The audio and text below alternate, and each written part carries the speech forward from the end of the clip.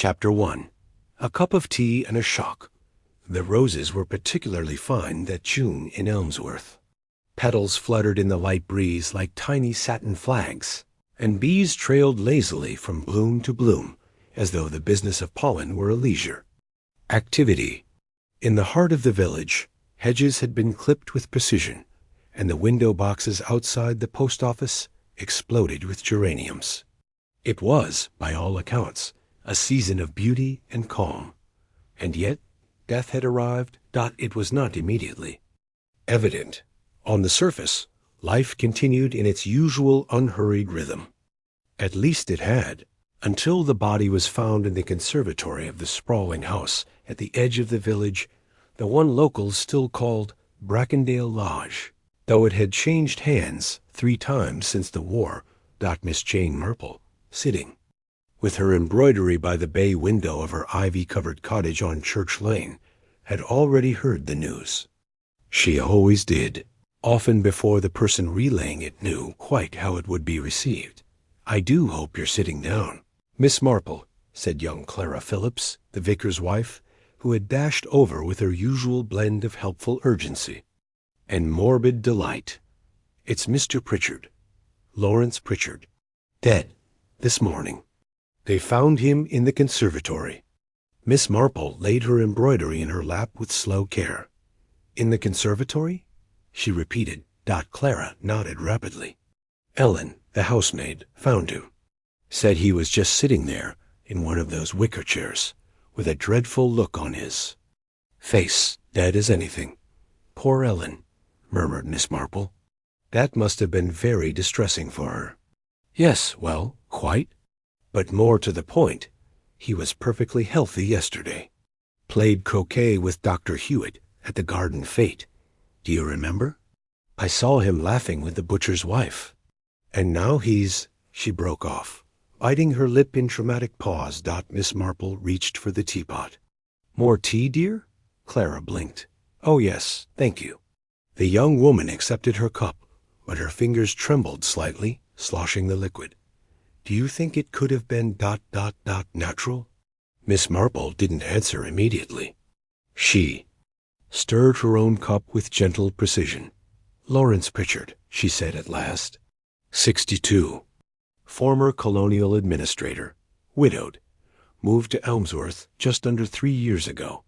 Known to keep a strict routine. Walks at 8. The Times and toast by 9. And a little light gardening before luncheon. Am I correct? Clara blinked.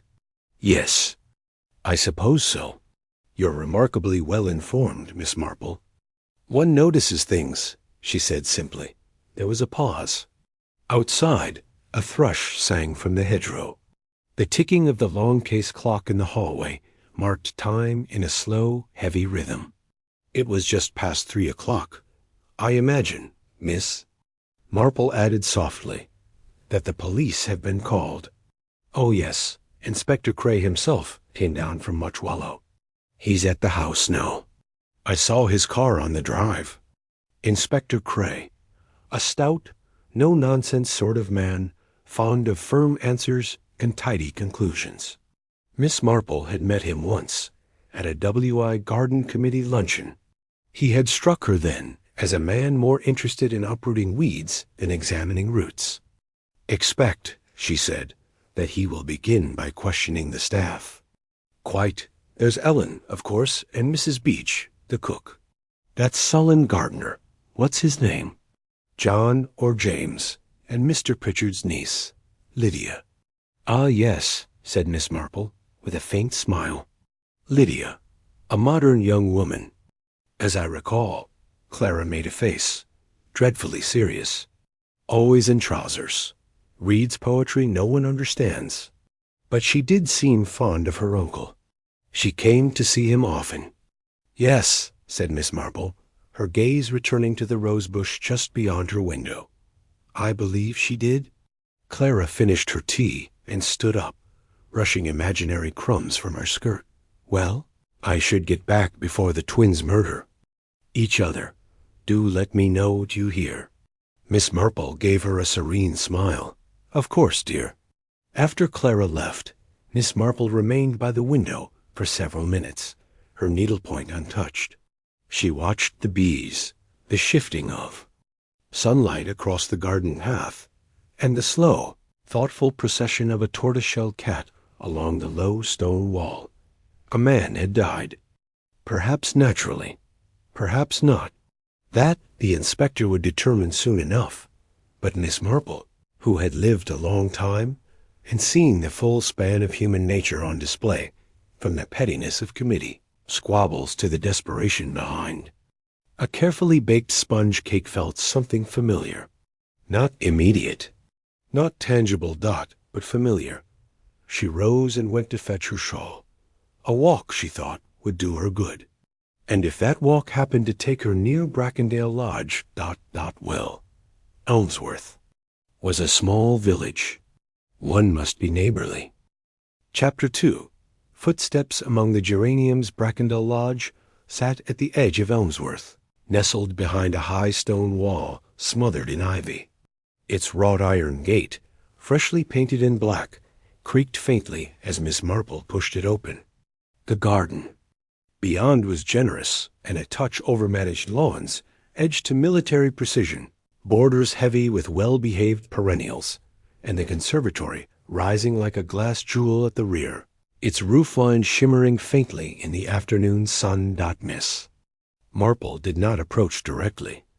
That would have been impolite, and more importantly, unwise.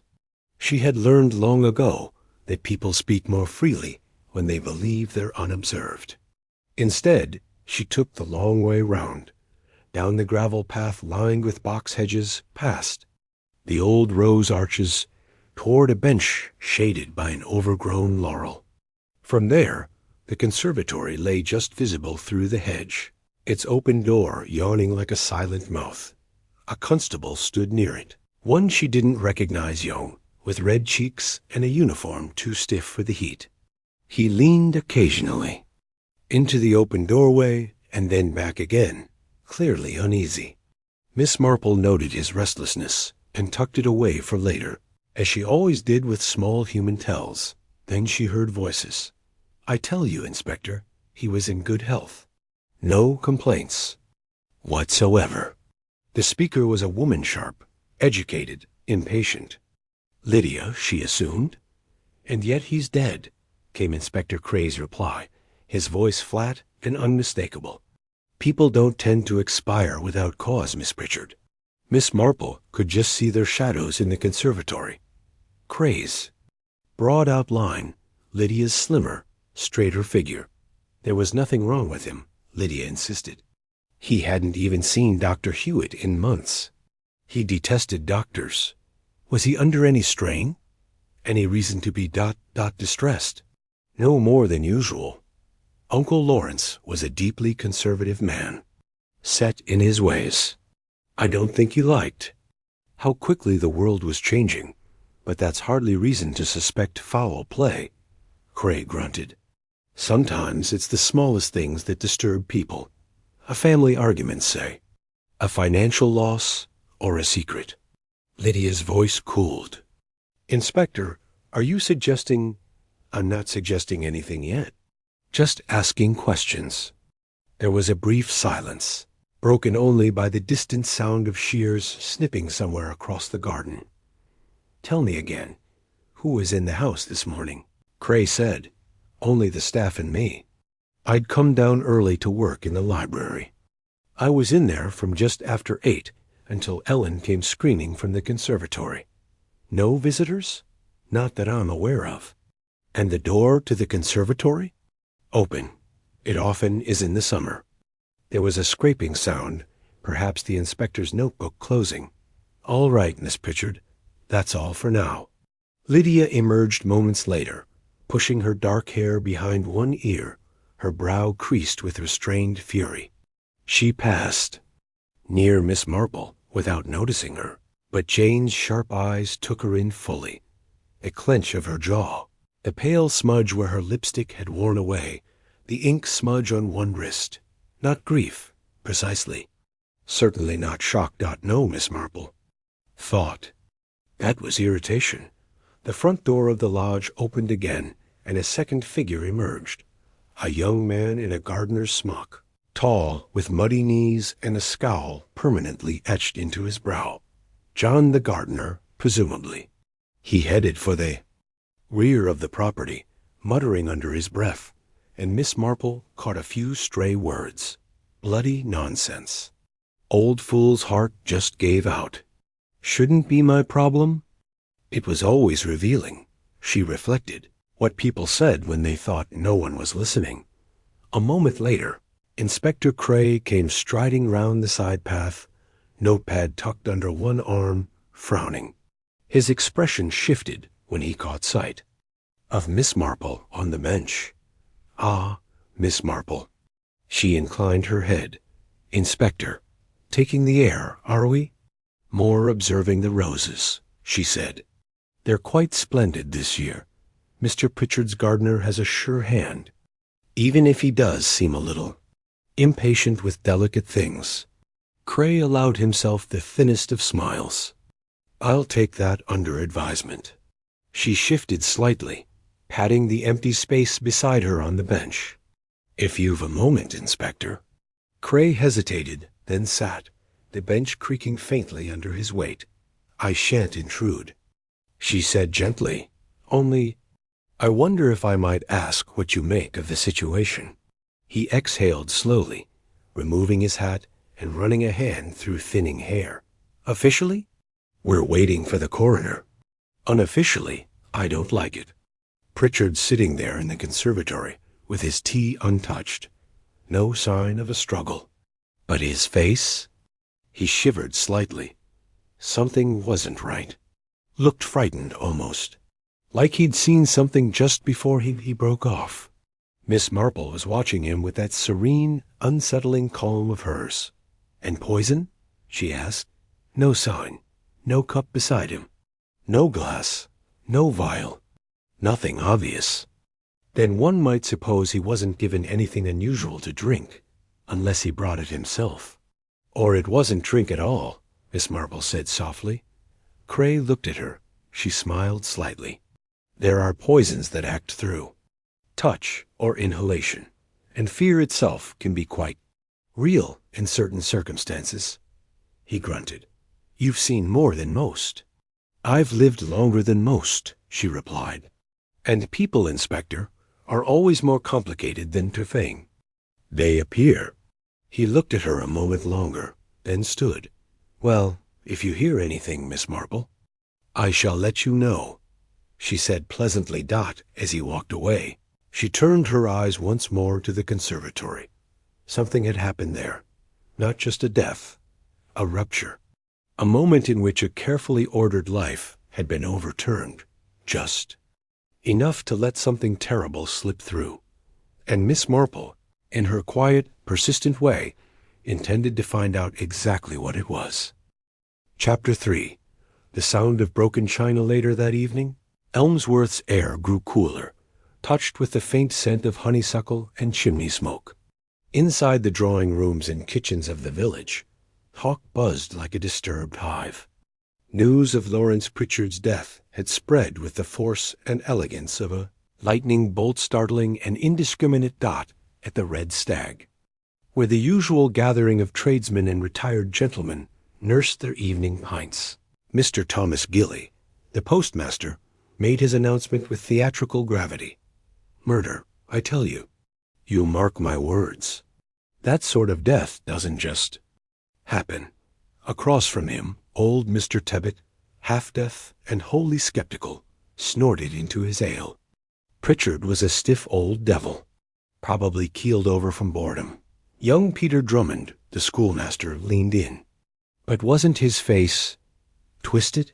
That's what Mrs. Beach said, isn't it? Like he saw something awful? That's what Mrs. Beach says about the laundry, too, muttered someone near the fire. Meanwhile, in the more refined setting of Mrs. Weatherby's drawing room, the Women's Guild had managed to turn their sewing circle into an impromptu coroner's inquest. He had no enemies, you say? Sniffed Mrs. Hinchcliffe, threading a needle with the precision of a surgeon. That's hardly reassuring. It's the respectable ones you must watch. Perhaps it was his niece, suggested Miss Dory Pratt with a small gasp. I always thought she looked ... intense. Poison, most likely, declared Mrs. Weatherby, lifting her teacup. All murders are poison these days. And in a quiet cottage on Church Lane, Miss Marple sat by the fire, sipping a modest glass of Madeira and contemplating not theories, but patterns. People were always looking for motive, for drama. They imagined furious arguments, whispered threats, scandals in the dark. But in her experience, most murders were far simpler. They stemmed from very ordinary things: jealousy, inheritance, shame, a quarrel over a will, a lover who knew too much, or, more often than anyone liked to admit, embarrassment. And that was what puzzled her. Lawrence Pritchard had not seemed a man likely to suffer from such emotions. He had been formal, measured, even chilly. He had no children, only Lydia, whom he had taken in after her parents died. There was money, certainly, enough to tempt, but no obvious desperation. And then, just as she was preparing for bed, someone came to her door. A knock light, hesitant. Not urgent, but nervous. Miss Marple placed her glass aside, straightened her shawl, and opened it. Ellen, the housemaid from Brackendale Lodge, stood in the glow of the porch lamp, twisting her hands in her apron. "Oh, Miss Marple," she said, in a rush. I didn't know who else to come to." "My dear," said Miss Marple gently, "come in." She ushered the girl into the warmth of the parlor and settled her on the chintz-covered sofa, offering tea, which Ellen refused with a shaky headshake. "I can't sleep. Not after this morning. I keep seeing him there, his eyes wide open, but ... glassy, and his hands like he was trying to push something away, or pull something towards him. I don't know." "Of course," Miss Marple murmured. "It must have been a terrible shock." Ellen nodded, swallowing hard. "And everyone's asking questions now. The inspector, the niece, even Cook. I remembered something odd. I didn't say it earlier, but now it's keeping me up." Miss Marple waited, letting the silence stretch. Ellen looked down at her lap. "I heard something this morning, before I found him. About 7:30, I was in the pantry, sorting the silver. I heard a crash, like breaking china." Miss Marple's brow lifted faintly. Ellen went on, voice low. "I thought it came from the conservatory, but when I looked in after, there was nothing broken. Nothing at all. And then after I found him, I realized that crash didn't come from inside, from outside the conservatory." Miss Marple asked softly. Ellen nodded. "Yes, like someone dropped something just outside and then ran." "Ran? I didn't see anyone," Ellen admitted, "but I thought I heard footsteps on the gravel." Miss Marple sat back in her chair, fingers steepled lightly. The conservatory at Brackendale had 3 exits, one to the sitting room, one to the garden, and one smaller towards the service path. A practical back route used by the gardener or delivery boys. Few guests would even know it existed. "And you're certain," she asked, "that Mr. Pritchard was alive before that moment?" Ellen's voice was very small now. I think. So, his tea was laid, but not touched, and I could hear the birds, the doves in the garden, cooing like mad. They always start when someone comes near." Miss Marple nodded slowly. "Thank you, Ellen. You've been very brave and very wise to speak to me." The girl's shoulders eased slightly. "You won't tell the inspector I came?" "I shan't mention your name," Miss Marple said gently. "But what you've told me, it may be very important." She gave Ellen a biscuit and sent her home with a warm shawl over her shoulders. And then, once the house was still again, Miss Marple took out her small black notebook. Not the one she used for her errands or household expenses. The other one, One she only used when something had gone very wrong. She wrote 4 things. Crash of China. Approximately 7:30 a.m. No broken item found inside. Possible outside movement face. Frightened. What did he see? Then she underlined the final note twice. Untouched tea. In Miss Marple's long experience, people didn't pour themselves tea and then forget to drink it. Especially not someone like Lawrence Pritchard, who lived by habit. Something or someone had interrupted him. And somewhere nearby, someone was now waiting, hoping the world would believe it had all been natural. But Elmsworth was not quite the village it had been yesterday. And Miss Marple was not the kind of person who forgot the sound of broken china. Chapter 4. An uninvited visitor the next morning. The sky over Elmsworth turned a dull pewter, clouds thick with the promise of rain. Gardeners cursed softly under their breath, and window washers packed up early. It was the kind of day that made everything feel heavier. Conversations, glances, secrets. Miss Marple, however, had never minded such weather. It had a way of keeping people indoors and talkative. And on this particular day, she sensed that the village would be especially generous with its gossip. She had not even finished her breakfast.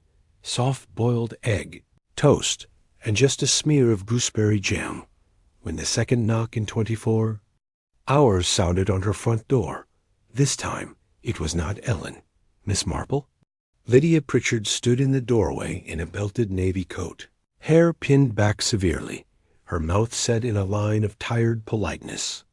Her eyes were red-rimmed, though not swollen, not from weeping, but from lack of sleep. "Do come in, my dear," Miss Marple said at once, stepping aside. "You must be exhausted."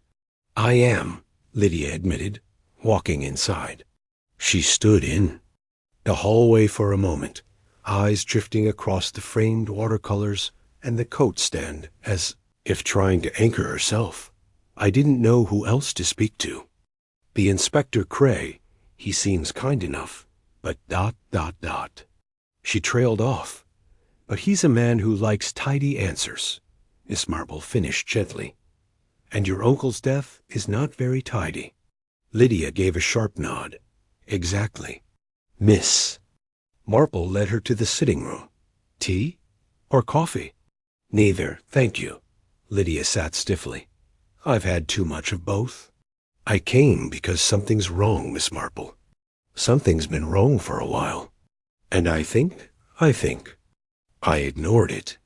Miss Marple sat opposite her and waited. "My uncle was receiving letters," Lydia said. "Strange ones. I saw them by accident about 6 weeks ago. I went to his study looking for a book he'd borrowed from me, and they were there, on his desk. 3 envelopes, no return address, all handwritten." "May I ask what they said?" Lydia gave a small laugh. "That's the oddest part. They weren't threats, not really. Not blackmail either. Just ... vague. Almost poetic. One said something like, 'The roots remember what the branches tried to forget.' Another said, 'He knows what you buried beneath the croquet lawn.'" Miss Marple raised an eyebrow. "Did your uncle speak of them?" "I confronted him, of course. I was concerned. But he brushed it off. Said they were nonsense, literary drivel, a mistake. He even laughed. But you didn't believe him?" "No," Lydia said. "I didn't, because that same afternoon he burned the letters in the hearth, very calmly. But I saw his hands tremble." "And did he receive more?" "I think so. I saw him check the post obsessively. He'd intercept it before the maid could bring it in. I even found a torn envelope hidden behind a book on the shelf last week." Miss Marple considered this. It was not unusual for people to hide their fears, especially men of Mr. Pritchard's generation. Stiff upper lip, and all that. But vague, unsettling letters often served a very specific purpose. Not to inform, but to remind. To make someone feel watched. "Tell me, Lydia," she said gently. Did your uncle have any enemies? Even quiet ones? Lydia hesitated. He had strong opinions. He didn't make friends easily. But enemies? No one overt. He kept to himself. Most people in the village found him aloof. Aloof, Miss Marple repeated. Yes, that seems to be the word everyone uses. I always thought there was something in his past, Lydia said suddenly. Before Elmsworth. He spent years in the colonies, in Africa and India, before retiring. But he never spoke about it, not even to my parents. There were gaps in his life, whole years he refused to mention. Miss Marple nodded slowly. People who bury their past rarely do so because it was peaceful. Lydia stood then, pulling her coat tighter around her. I don't know what any of it means, but I can't stop thinking about the way he looked. He wasn't just dead, he was terrified. Thank you for telling me, Miss Marple said, rising. You've been very brave. Lydia paused at the door. I keep wondering, what if he knew he was going to die? What if that morning he knew something, or someone was coming? Miss Marple met her gaze steadily. Then, my dear, we must find out what it was. That afternoon, Miss Marple paid a visit to the post office. She timed her arrival just before closing, when Mr. Gilly would be most tired and least guarded. She found him behind the counter, fussing with a bundle of unsorted envelopes. Miss Marple, he said, smiling with weary cheer. Bit of a stir in the village, eh? Quite, she said, her tone mild. You must be swamped. Indeed. We are, not helped by everyone sniffing around asking if Mr. Pritchard received any suspicious post. As if I'd know. Oh? Said Miss Marple innocently. I'd thought a postmaster notices most things. Mr. Gilly flushed. Well, of course I notice patterns. But I can't go opening people's mail, can I? Certainly not, Miss Marple agreed.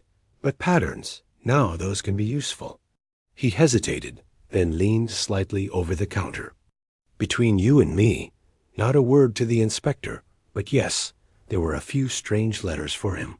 Brown envelopes. No stamp, no sender. Always dropped into the box out front. I noticed them because they always arrived on a Wednesday.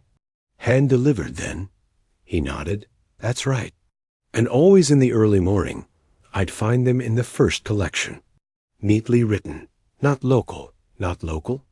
The handwriting. You get a feel for it. Too smooth. Not the usual Elmsworth wobble. Miss Marple smiled faintly. And have you kept any of the envelopes? Mr. Gilly frowned. Not allowed to, of course.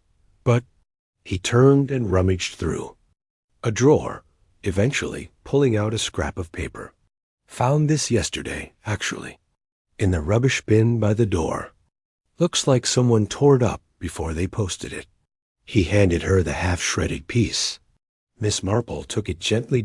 In elegant script, the remaining words read, Will not remain buried forever. She folded it carefully and tucked it into her handbag. Thank you, Mr. Gilly. You've been most helpful. As she left the post office and turned down the lane toward the church, Miss Marple's thoughts were no longer clouded with doubt, but sharpened with a growing sense of danger.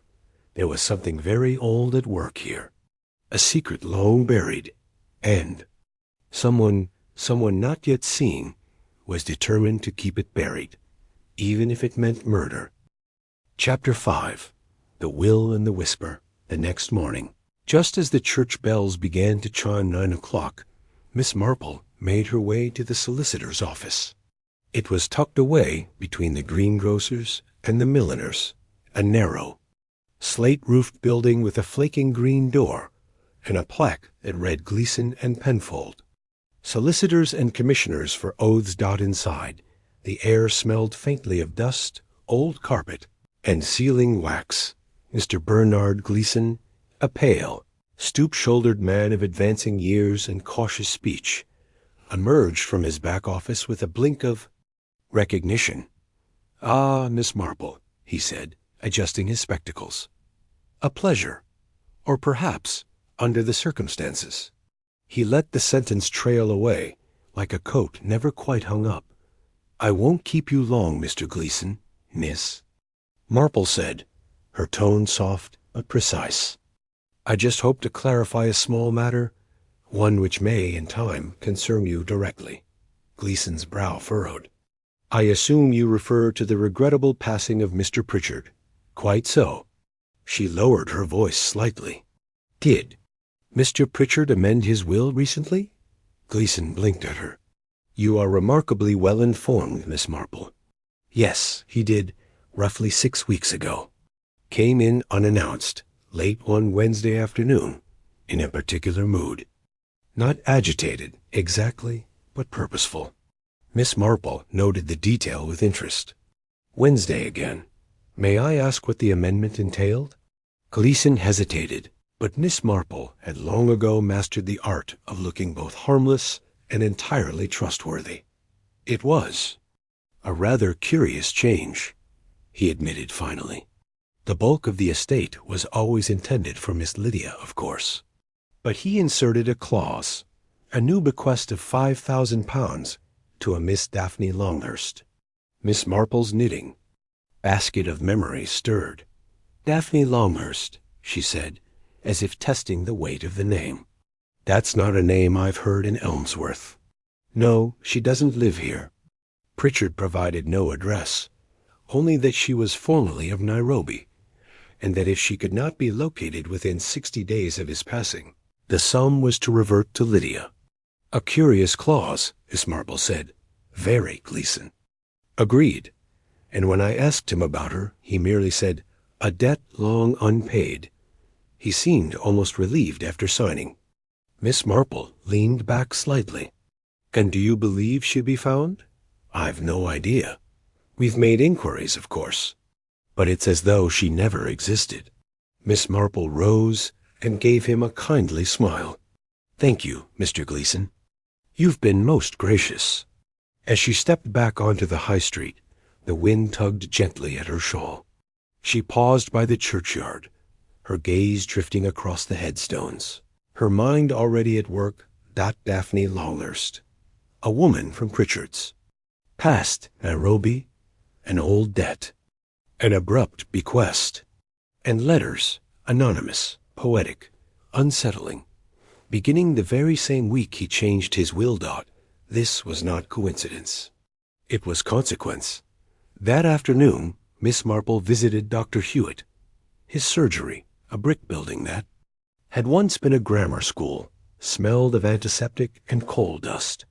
He greeted her with warmth and the faint apprehension of a man who suspected he was about to be questioned by someone more observant than himself. "Miss Marple," he said, rising. "No ailments, I hope?" "Nothing more than curiosity, doctor," she replied pleasantly, "though I imagine that can be quite chronic." He smiled, but the lines around his eyes deepened. "This is about Pritchard, I assume?" "It is. I wondered if you'd seen him recently." Dr. Hewitt folded his hands. "Not formally. I ran into him at the garden fete, as you may remember. He seemed perfectly well, perhaps a little leaner than usual, but then again, he always had a rather ascetic look. Liked routine, avoided indulgence." "Did he speak of illness?" "Not a word. And if I'm honest, he would have been the last to do so. That generation preferred to die of pride rather than admit to discomfort." Miss Marple nodded thoughtfully. "And yet something disturbed him." Dr. Hewitt tilted his head. "You think it was unnatural, then? His death?" "I think," said Miss Marple carefully, "that it was not expected." She hesitated, then added, "Did you ever hear the name Daphne Longhurst? Perhaps in reference to Mr. Pritchard's time overseas?" Dr. Hewitt's eyebrows rose. "Longhurst. Longhurst." He rubbed his chin. "That does stir a memory. I recall a story, many years ago. One of the Pritchards, a cousin perhaps, had an affair with a young woman in Nairobi. She was said to be very beautiful. Mixed race, I believe. Caused quite the scandal in their circle. Scandal enough to be buried, perhaps? Very likely. Pritchard came back from Africa with very little to say. He was never much of a conversationalist to begin with.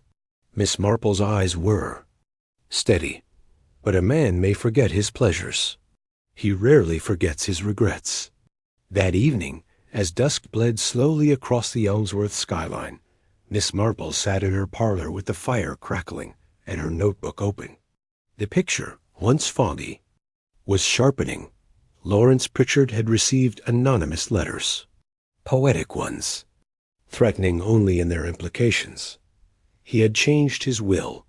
He had named a woman, unknown, untraceable, linked to a scandal long buried in a distant country. And he had died suddenly, without obvious cause, with a look of fear frozen on his face. She made one final note on the page. He knew something was coming. It wasn't guilt. It was fear. And beneath it, almost as an afterthought, someone knew where to strike, and when. There were more questions now, yes. But Miss Marple knew the village well. And villages, like murderers, rarely kept their secrets forever. Chapter 6. Croquet and quiet lies. The following day, the village returned to a brittle kind of normal. The sun made a brief but indecisive appearance mid-morning, and by noon, a few determined souls gathered in the vicarage garden for the postponed croquet match, a small charity event rebooked from the day of Mr. Pritchard's death. Miss Marple attended, not because she was fond of croquet. She found the game unnecessarily cruel for such a gentle setting, but because, as she well knew, nothing brought out truth quite like polite society, pretending everything was normal. She took her usual place. Beneath the copper beech, where she had an excellent view of both the lawn and the conversation circling it, Lydia Pritchard was there, pale in a dark green dress, talking with Peter Drummond, the schoolmaster. Her expression was cool, measured. She played the part of composed niece beautifully, though her hands, Miss Marple noticed, rarely stopped moving. She twisted her signet ring with unconscious repetition. Nearby, Mrs. Weatherby and Mrs. Hinchcliffe gossiped with low urgency, passing judgments between sips of lemonade. "Strange girl, that Lydia," Mrs. Hinchcliffe murmured. "Walks around as if nothing's happened." "She always was the aloof type," said Mrs. Weatherby. "I heard she was seen arguing with her uncle last week in the garden." Miss Marple, seemingly absorbed in her knitting, pricked up her ears. "Oh, yes," continued Mrs. Weatherby. "Ellen mentioned it. Something about an investment. He told her she was wasting his money on books and philosophy nonsense." Mrs. Hinchcliffe snorted. "That's Lydia for you. Always quoting obscure poets and pretending to be clever." "Still," sighed Mrs. Weatherby, leaning closer, "I do wonder. If he threatened to cut her out of the will—" "Except he didn't," murmured Miss Marple, without looking up. Both women turned. "Come again, Miss Marple?" asked Mrs. Weatherby. She gave them a pleasant, guileless smile. "Oh, just something I heard at the post. Apparently, Lydia is still the primary heir, though there was one odd addition." "Odd addition?" asked Mrs. Hinchcliffe eagerly. Miss Marple's voice remained light. £5,000 to a woman named Daphne Longhurst. A name from his past. The women exchanged a glance of delighted. "Scandal. Oh, how very interesting," Mrs. Weatherby breathed. "A woman from his time abroad, I suppose? One forgets he had a whole life before Elmsworth. And possibly a secret or two," Miss Marple added mildly. From the lawn, aloud, thwack echoed as Peter Drummond knocked Lydia's ball sharply across the grass. She didn't flinch, just turned her head slowly and stared at him. Her face unreadable. Miss Marple noted it. Noted, too, a strange silence between them, the way they stood too far apart for old friends, yet not far enough for strangers. After the game, as the group sipped tepid punch beneath the vicarage pergola, Miss Marple approached Peter Drummond with a smile. "Mr. Drummond," she said, You play very forcefully." He gave a short laugh. "I'm afraid I'm not terribly subtle." "I find subtlety rather overrated," she said. "One always hears more from the people who think they're being discreet." He shifted uncomfortably. "I'm sure you do." They stood quietly for a moment. Then Miss Marple added, as if idly, "You knew Mr. Pritchard fairly well?" Drummond hesitated. "Not particularly. I saw him at functions, school fundraisers. Lydia spoke of him sometimes, but he wasn't the warmest man." "No," said Miss Marple. "I suppose he wasn't. Still, she lived nearby. One assumes they were close." Drummond gave her a strange look, and for a moment something flickered. Across his face, a flash of anger or regret, or both. She respected him, he said finally. But she didn't admire him. "That's a difficult balance to maintain." Miss Marple inclined her head. "And did he approve of you?" Peter laughed shortly. "Not in the slightest. He once called me a delicate socialist with a grammar school accent, which must have been awkward, given your affection for Lydia." He looked at her sharply. "Did she tell you that?" "No," said Miss Marple gently. "But people in love often forget how transparent they are." He turned away, jaw clenched. "It's not relevant, isn't it?" she asked. "He disapproved of you, and she stood to inherit everything. Unless, of course, something changed, like a scandal, or a woman from the past." He stared at her, startled. "You think Lydia's involved?" Miss Marple shook her head. "No, Mr. Drummond. I think Lydia is frightened. And people who are frightened rarely make rational choices. But I do think someone has used all this, the will, the letters, the secrecy, very cleverly." Peter glanced toward the end of the garden, where Lydia now stood alone, arms folded. A single leaf spiraled down from the cherry tree and landed near her feet. She didn't move. She loved him once, Peter said, before she understood who he really was. Miss Marple's voice was very soft. Sometimes the truth is more cruel than the lie. Later that evening, back in her cottage, Miss Marple sat in her armchair with her notebook once more. She had started a second page now, one labeled Present Motives, and it contained 4 names: Lydia Pritchard, inheritance; family conflict, emotional strain, Peter Drummond; possible romantic motive, resented by Pritchard Ellen; maid, found the body, heard the crash, unknown party, author of the letters. Possibly from Pritchard's past. She paused, then underlined the last entry, and added, in neat looping script, who benefits if Daphne Longhurst is never found. The conservatory, she reflected, was a peculiar place to die. A space made of light and warmth, of delicate things. Not where one went to hide, but perhaps to confess.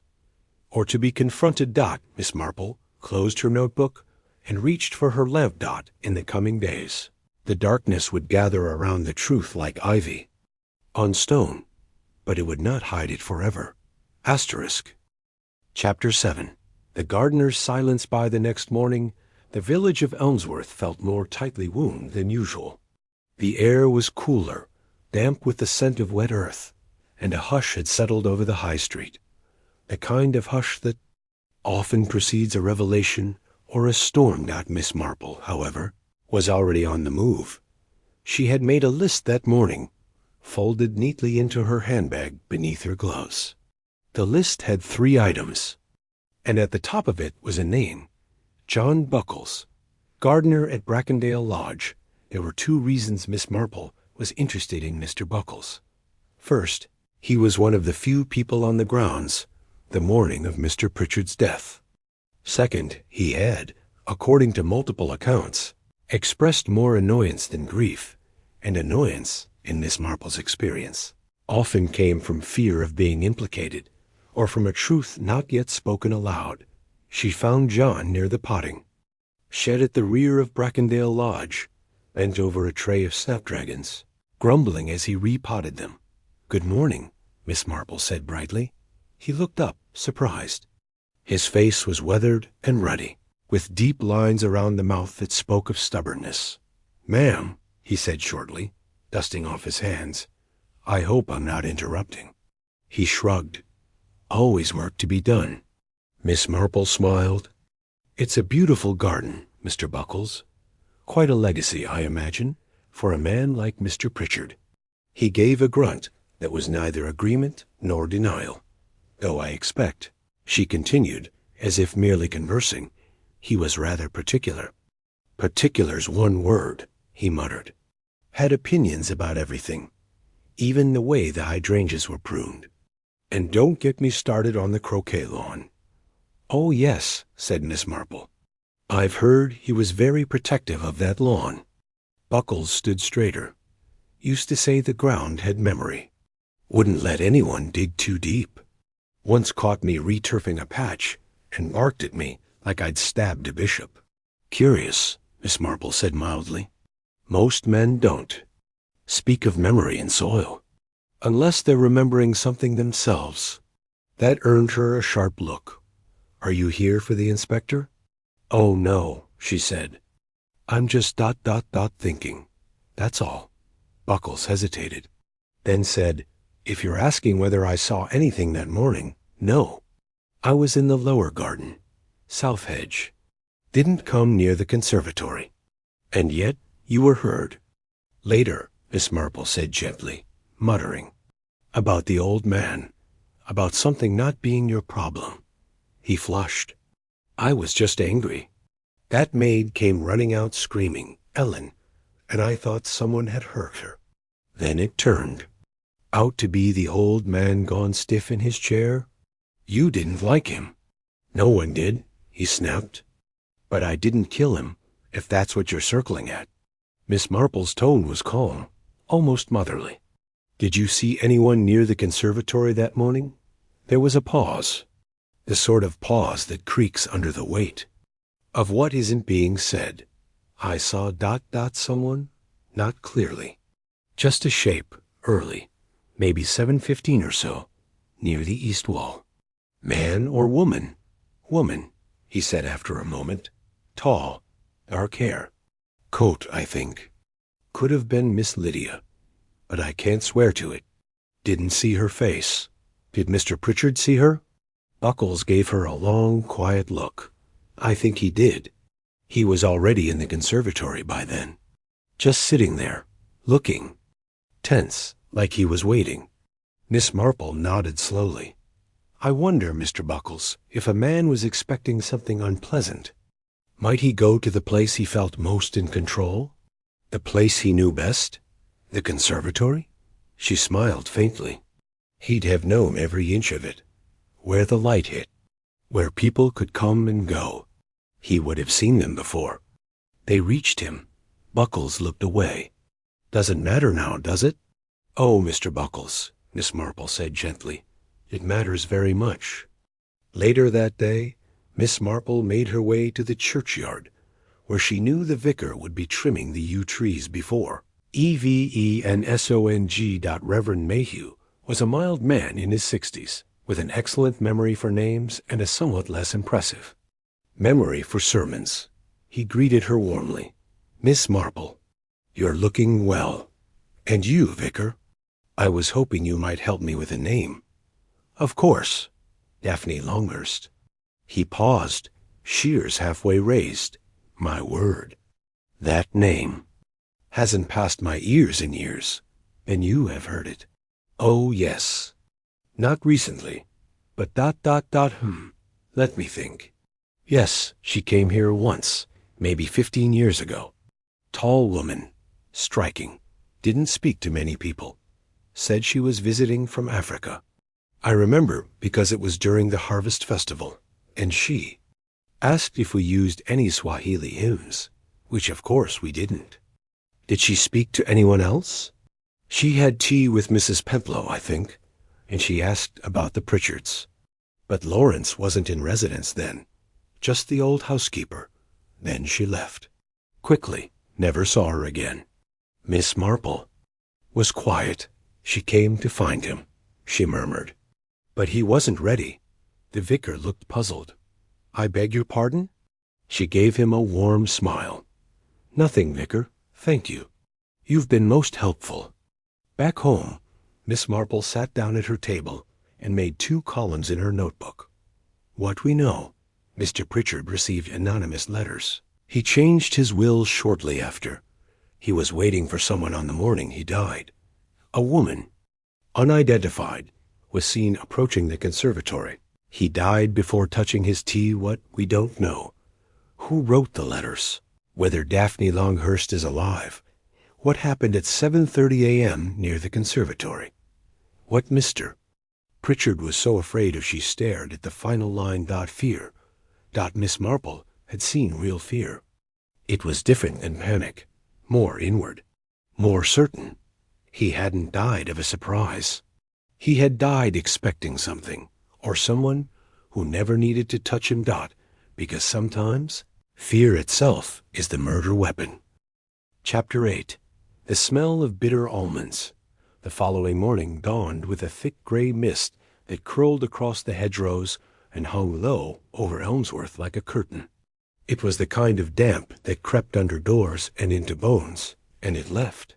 Most of the villagers subdued and shuddered indoors. But for Miss Marple, it was a most productive sort of day.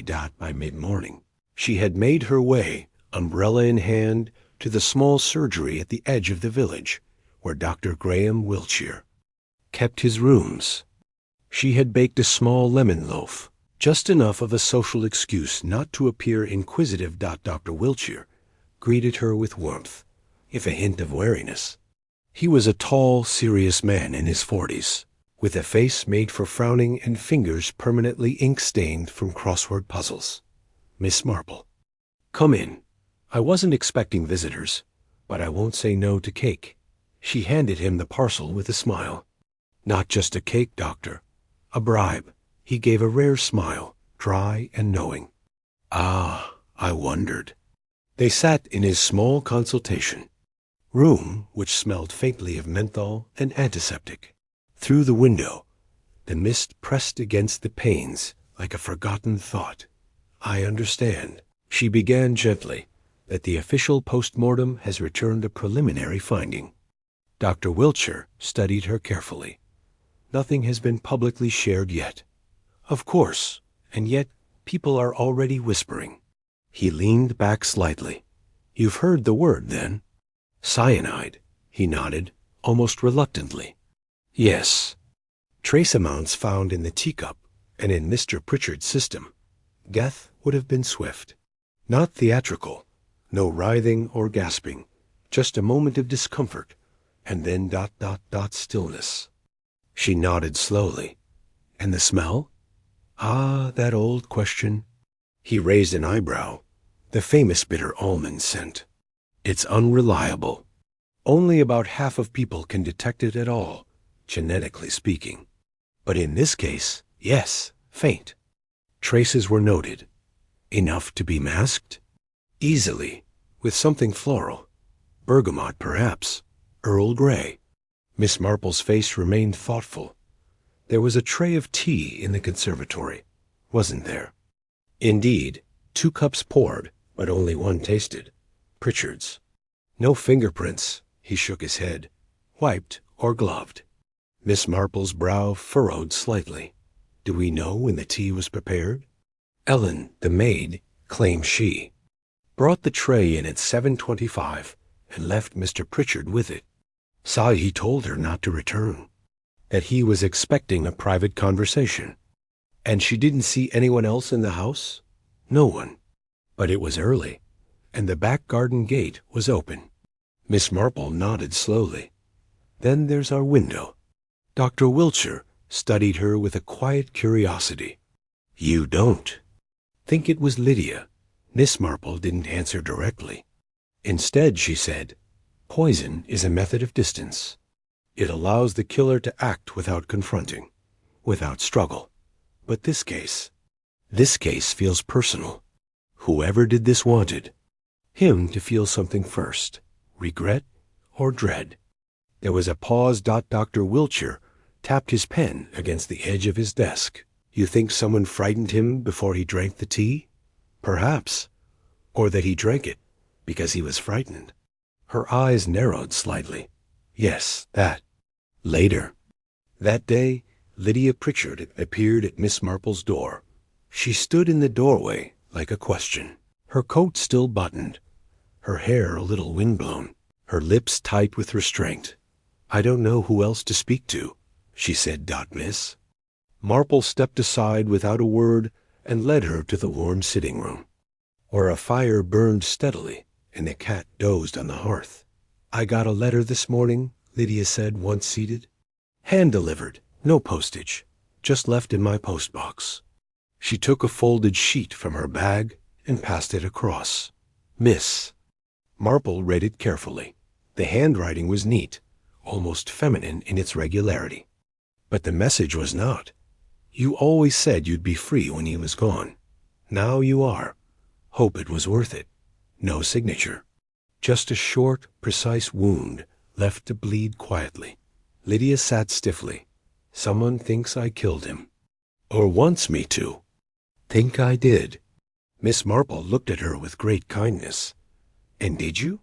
No. The answer came swiftly. Then more softly. But I wanted to. Miss Marple waited. Lydia twisted her hands together. He was cruel, not violently, but with words, with dismissals. He treated me like an ornament, something he tolerated because I was blood, but never respected. He thought love was weakness. He mocked me for caring about ideas, about art. He said I'd end up like my mother, fragile and forgotten. Miss Marple said gently, Your mother took her own life, didn't she? Lydia nodded, eyes damp. She wrote poetry. He burned it after the funeral. Said it was nonsense. Said her madness wasn't to be remembered. Miss Marple's voice was soft, and now he's the one being remembered. Lydia looked up. I didn't poison him. I swear it. But someone wanted it to look like I did. Someone who knew about us. Miss Marple nodded. And that, dear girl, is what concerns most. That evening, Miss Marple sat at her table and added to her notebook. The tea, tray brought in at 7:25. 2 cups poured. Pritchard drank his, second untouched, cup wiped clean, pen underneath. Who prepared the tea? Ellen or someone else? And was the poison in the cup or in the kettle? She tapped her pencil. There had been 2 cups, but only one victim. A mistake or a message? And the letter to Lydia, sent the day after the murder. It was taunting, precise. Hope it was worth it. That was the voice of someone who knew, not guessed. Knew. Someone inside the house, or very close to it, and someone who hated quietly. Miss Marple closed her notebook with a snap. Whoever had written that note was still watching, still waiting. Chapter 9. Lavender and ink. Next day brought with it a pale, watery sun that filtered through the trees in the village green and made the stone cottages of Elmsworth shimmer like old bones under gauze. Though the mist had lifted, the heaviness in the village had not. Something hung in the air, not just sorrow, but expectation, as if the truth itself were inching toward the surface. Miss Marple spent the morning walking through the lanes behind the churchyard. Her steps were slow, deliberate. She paused to admire the honeysuckle curling up Mrs. Weatherby's fence. She greeted young Tommy Clegg, who was dragging a stick along a railing. All quite ordinary. Except her mind was very far from ordinary things.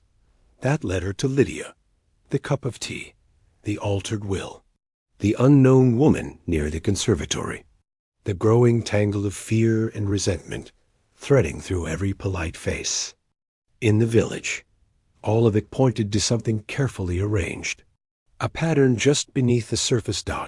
And Miss Marple, who had spent her life knitting, gardening, and quietly noticing things, was now very close to tugging the right thread. By mid-morning, She was at the small lending library run out of the back of the town hall. Few ever visited on Wednesdays, and the librarian, Miss Farley, was always grateful for company. "Miss Marple," she called brightly, "I've just put out a new copy of Country Life. Interested in garden layouts?" "Always," Miss Marple replied, accepting the periodical with a gracious nod. She flipped through it slowly, making a show of interest, but what she was really watching was the returns ledger near the desk. A thin black volume where borrowers signed in and out. "I wonder," she said casually after a few minutes, "if you've had many requests for handwriting books lately." "I was thinking of improving mine." Miss Farley blinked behind her round. "Glasses? Handwriting? Oh, that's very specific. I think we have one. Wait." She turned, scanned the shelf, and pulled a slim red book titled Penmanship and Personality, a guide to style and signature. It was checked out only recently, Miss Farley said. "Returned 2 days ago." "Oh?" Miss Marple tilted her head. "May I?" She turned the front cover. There, neatly printed, borrower, Constance Denby, Elmsworth Lodge. Miss Marple's eyes didn't widen. Her breath didn't catch. But inside, something shifted. Constance Denby was the widow of a local solicitor.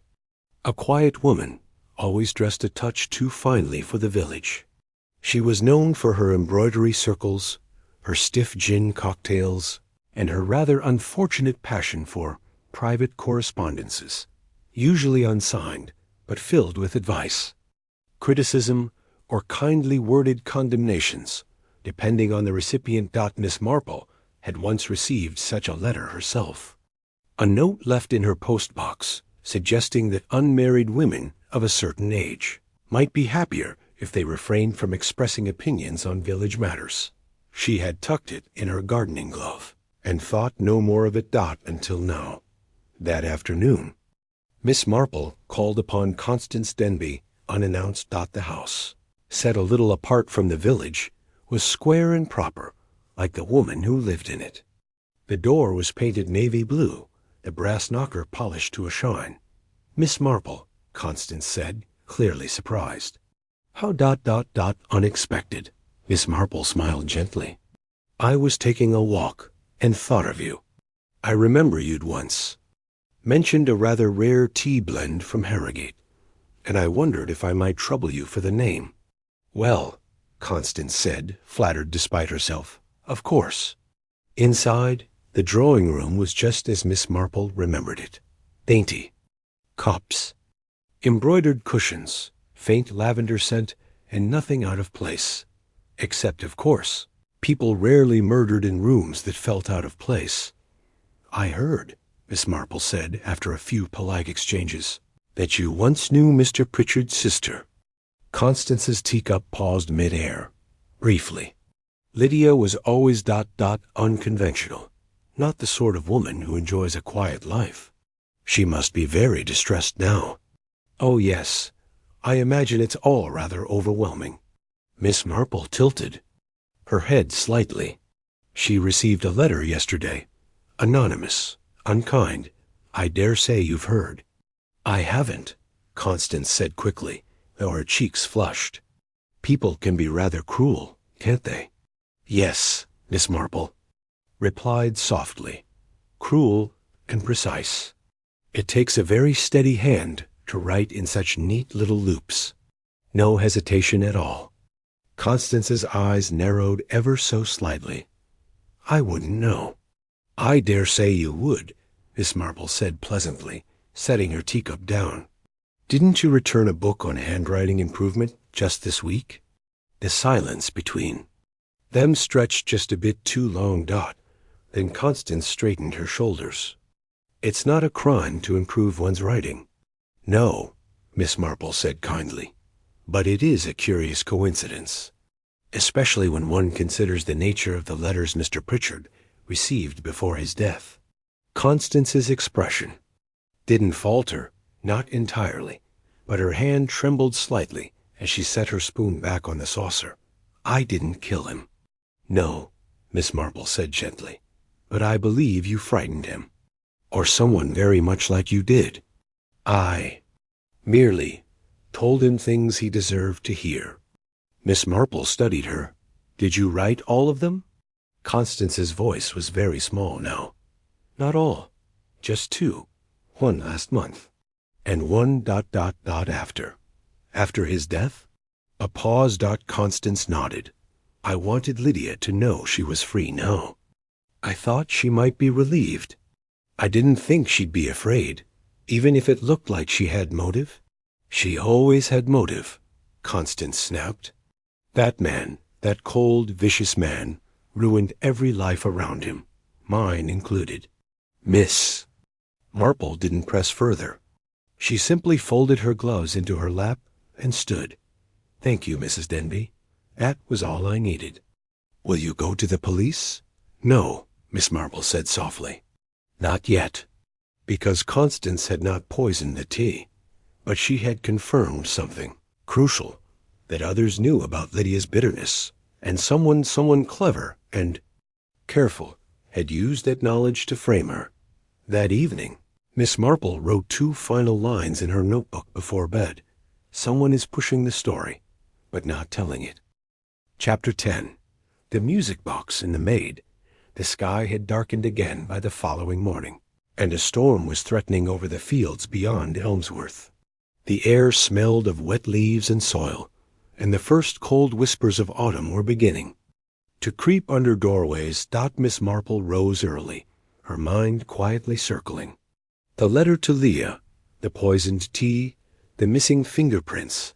Each clue was a puzzle piece. But there was still something elusive. Not what was there, but what was missing. And then she remembered the music box. It had been just a small remark, made offhandedly by Lydia during their last conversation. A fragment, really barely noticed at the time. He kept winding that. Blasted music box every morning. Said it reminded him of his mother. Such sentimentality didn't match the cold, calculating nature of Horace Pritchard. Nor, Miss Marple thought, did he seem the sort to repeat a morning ritual for its emotional comfort. It hinted at something else, perhaps something mechanical, something precise. Something routine. That same morning, Miss Marple made her way to the Pritchard residence. The constable posted at the front gate, young Simmons, red-cheeked and overly formal, had begun to greet her with a blend of familiarity and suspicion. Just a quick visit, she said. I won't disturb anything. Lydia was in the sitting room, speaking quietly with the solicitor.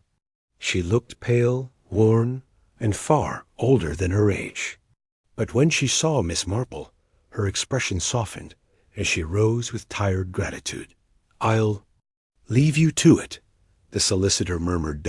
Miss Marple touched Lydia's hand gently. I won't keep you long. I only wanted to ask about the music box. Lydia blinked. The music box? In the conservatory. You said Mr. Pritchard wound it every morning. She nodded slowly. Yes, like clockwork, always just before breakfast. It played a horrid little tune, some Bavarian waltz. The kind of thing you might hear in a child's nursery, if the child had no taste. Did he ever leave it unwound? Never. It was part of his order. Everything had to be just so. The same brand of jam, the same teacup, the same newspaper. At the same time each day. That box, it mattered to him. Miss Marple's eyes narrowed thoughtfully. May I see it? Lydia led her down the hallway and into the conservatory. The room remained untouched since the murder, at least in atmosphere. The scent of soil and citrus still hung in the air. The ferns hunched over their pots like gossiping widows. But the chair where Horace had died had been moved, and the tea tray was gone. The music box sat on the edge of a small table near the windows. A delicate thing, ivory and wood, hand-painted with a little inlaid mother of pearl.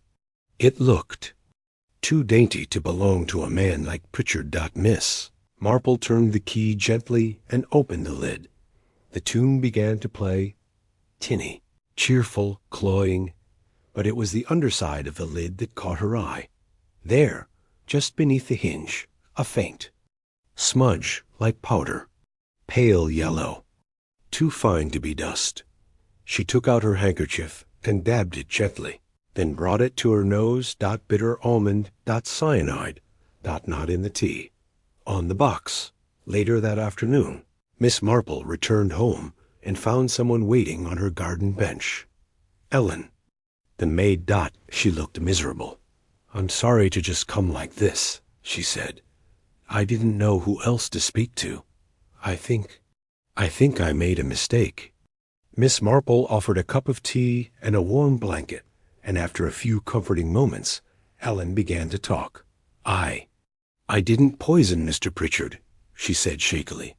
"I swear it, but I lied. About the tea." "Go on, dear," Miss Marple said gently. "I didn't make it. I was late that morning.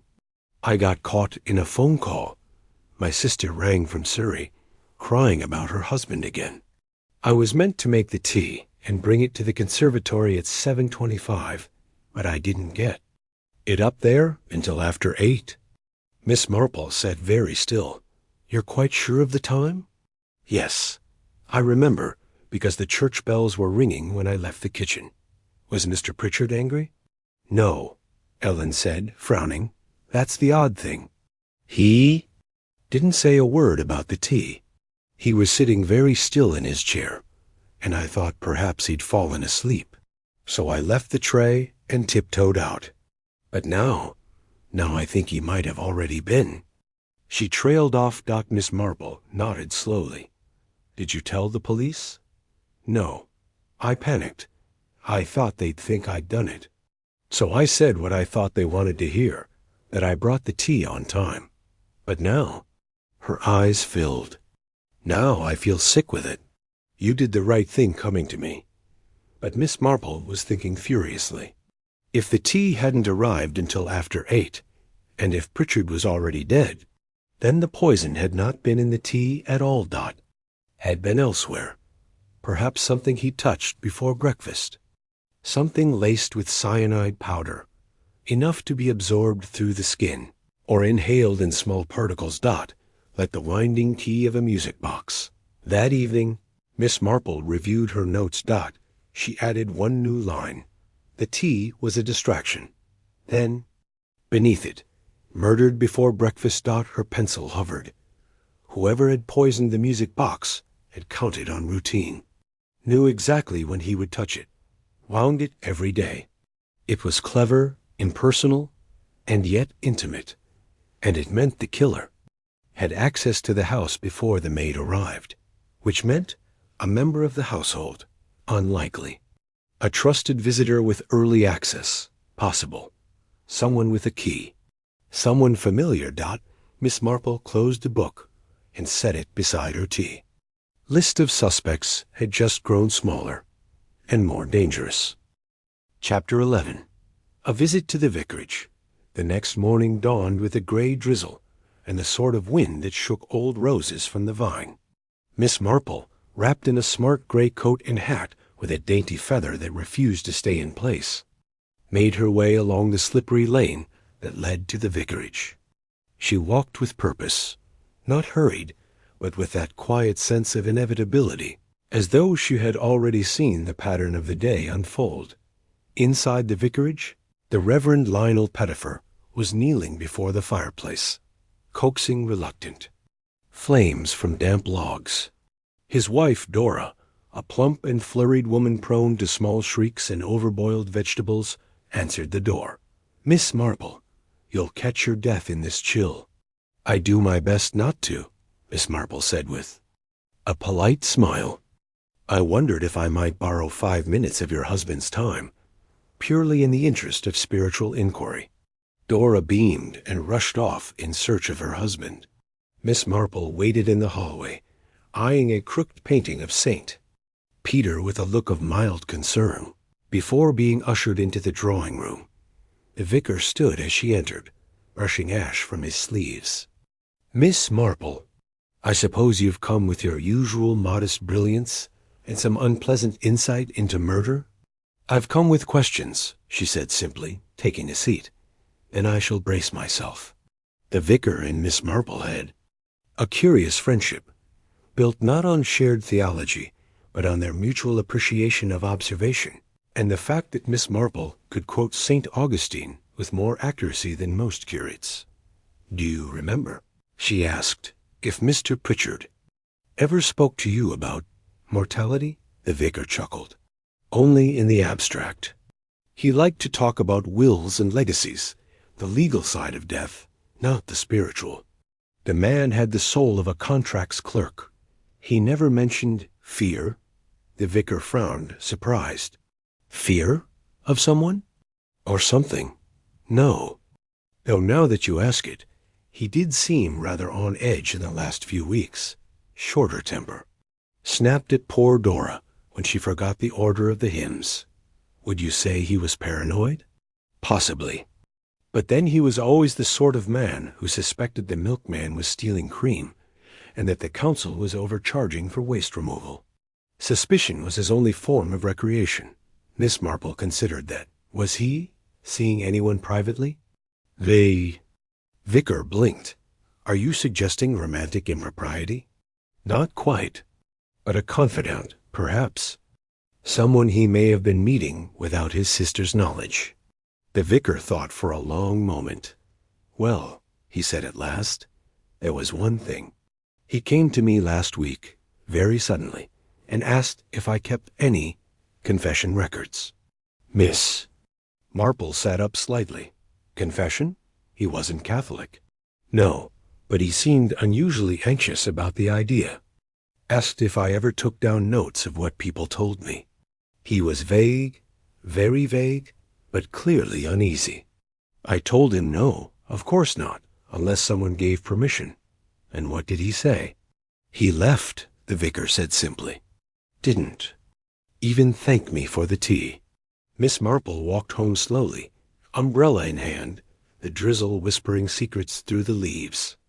Her thoughts turned over the vicar's words, .confession, .fear, .a. Sense of being watched.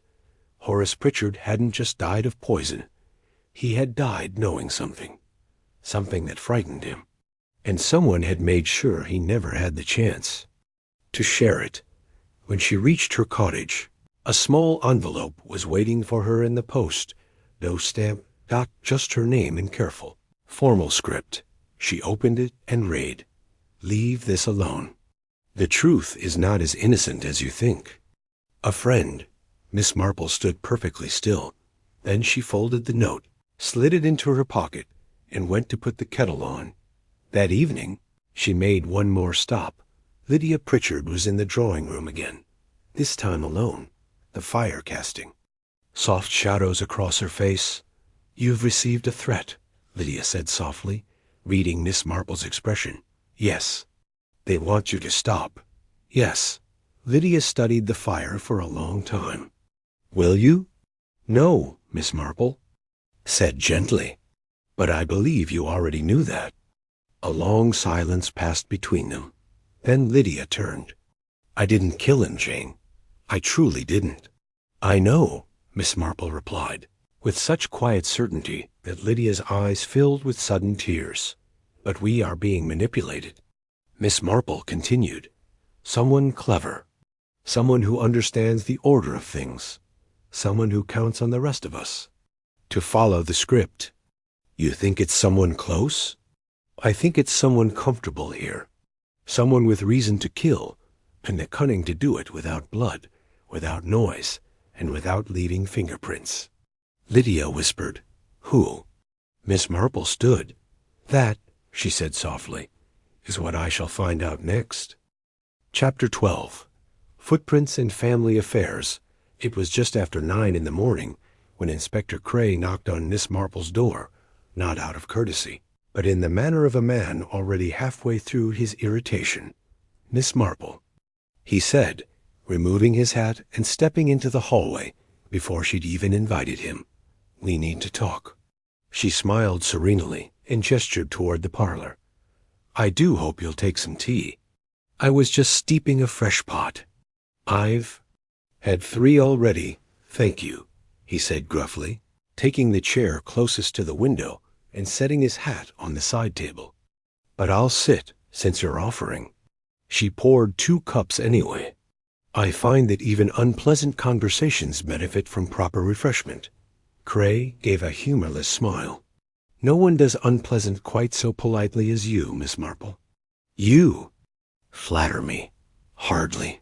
He leaned forward. I received a note from Lydia Pritchard this morning. She claims you were threatened. Miss Marple inclined her head slightly. A note was delivered, yes. And you didn't see fit to tell the authorities? I assumed the author preferred anonymity, she replied. Besides, it was unsigned. A fairly bland threat, if I'm being honest. Nothing more than a whispered warning. Cray's jaw tensed. A warning suggests someone's afraid, or guilty, or both. Quite. Cray studied her with narrowed eyes. You don't seem alarmed. I'm not easily frightened, Inspector. You should be. Whoever killed Horace Pritchard did so with method and precision. They knew exactly what they were doing. Poison. On a music box winding key. That's not a spur-of-the-moment thing? Miss Marple nodded. Indeed. It requires access, planning, and knowledge of the victim's habits. And you think you know who it was? I have suspicions. So do I, Cray said flatly. And yours had better not interfere with mine. An hour later, Miss Marple visited the conservatory once again, this time with permission and accompaniment. Constable Simmons followed her dutifully, though she suspected he would rather be anywhere else than tiptoeing after a silver-haired lady with a keen eye for dust. She stooped near the potted palms, glancing toward the floor near the music box. Pedestal. Simmons, she said lightly, do you happen to recall whether the floor was cleaned after the body was removed? He looked uncomfortable. Not really, miss. I think the cleaners came in once the body was cleared, yes. So, anything that was left before that would have been wiped away. I suppose so. She gave a slow nod. That's a pity. But, Simmons added, brightening slightly, I remember something odd. There were marks on the floorboards near the door. What sort of marks? Scuffed footprints, muddy. Looked like someone had stepped in damp earth, maybe. From the rose beds out back. Were they large? Narrow? Not large. In fact, they looked, well, delicate. Women's shoes, I think. Miss Marple looked at him for a long moment. Do you suppose? She said softly. That someone might have entered through the garden? I wouldn't know, miss. But I'll check the back gate again. It's sometimes left open. Please. Do. As he turned to go, Miss Marple bent near the base of the music box table once more. There was a faint indent in the varnished wood, a scratch, slight but deliberate. Not the result of casual movement. Something had been scraped there, inserted. Beneath the box, she thought. Or attached to it? A hidden mechanism. Or simply a place to conceal the powder. She took out a handkerchief and brushed gently at the groove. There, faint and almost unreadable, were 3 initials carved into the underside. RPL. She stared. Not Horace's initials, not Lydia's, but initials that felt familiar. That evening, Miss Marple received a visitor dot to her mild surprise. It was Raymond West, her nephew, the novelist. He swept into the drawing room with the energy of a man both overworked and overpraised. Aunt Jane, I heard about the murder, he said. Mother wired me in London. I thought I should come. How thoughtful, she said mildly, handing him a cup of tea. I thought it might interest you, he went on, sipping. A real-life mystery in sleepy little Elmsworth. Just the sort of thing that would get you stirred up. Quite stirred, indeed. Raymond tilted his head. You don't seem rattled. Oh, I'm rattled, she replied. Only very. Quietly, he grinned. Have you solved it yet? I believe I'm quite close. You always are. Miss Marple regarded him with a curious glint in her eyes. "Raymond, did you ever know a Ronald Peter Lytton?" He blinked. "RPL? Lytton? That name does sound familiar. He was in the army, I believe. A man of some note. Later disappeared under unpleasant circumstances. Fraud, if memory serves. Wait, yes. He was in the papers once, wasn't he?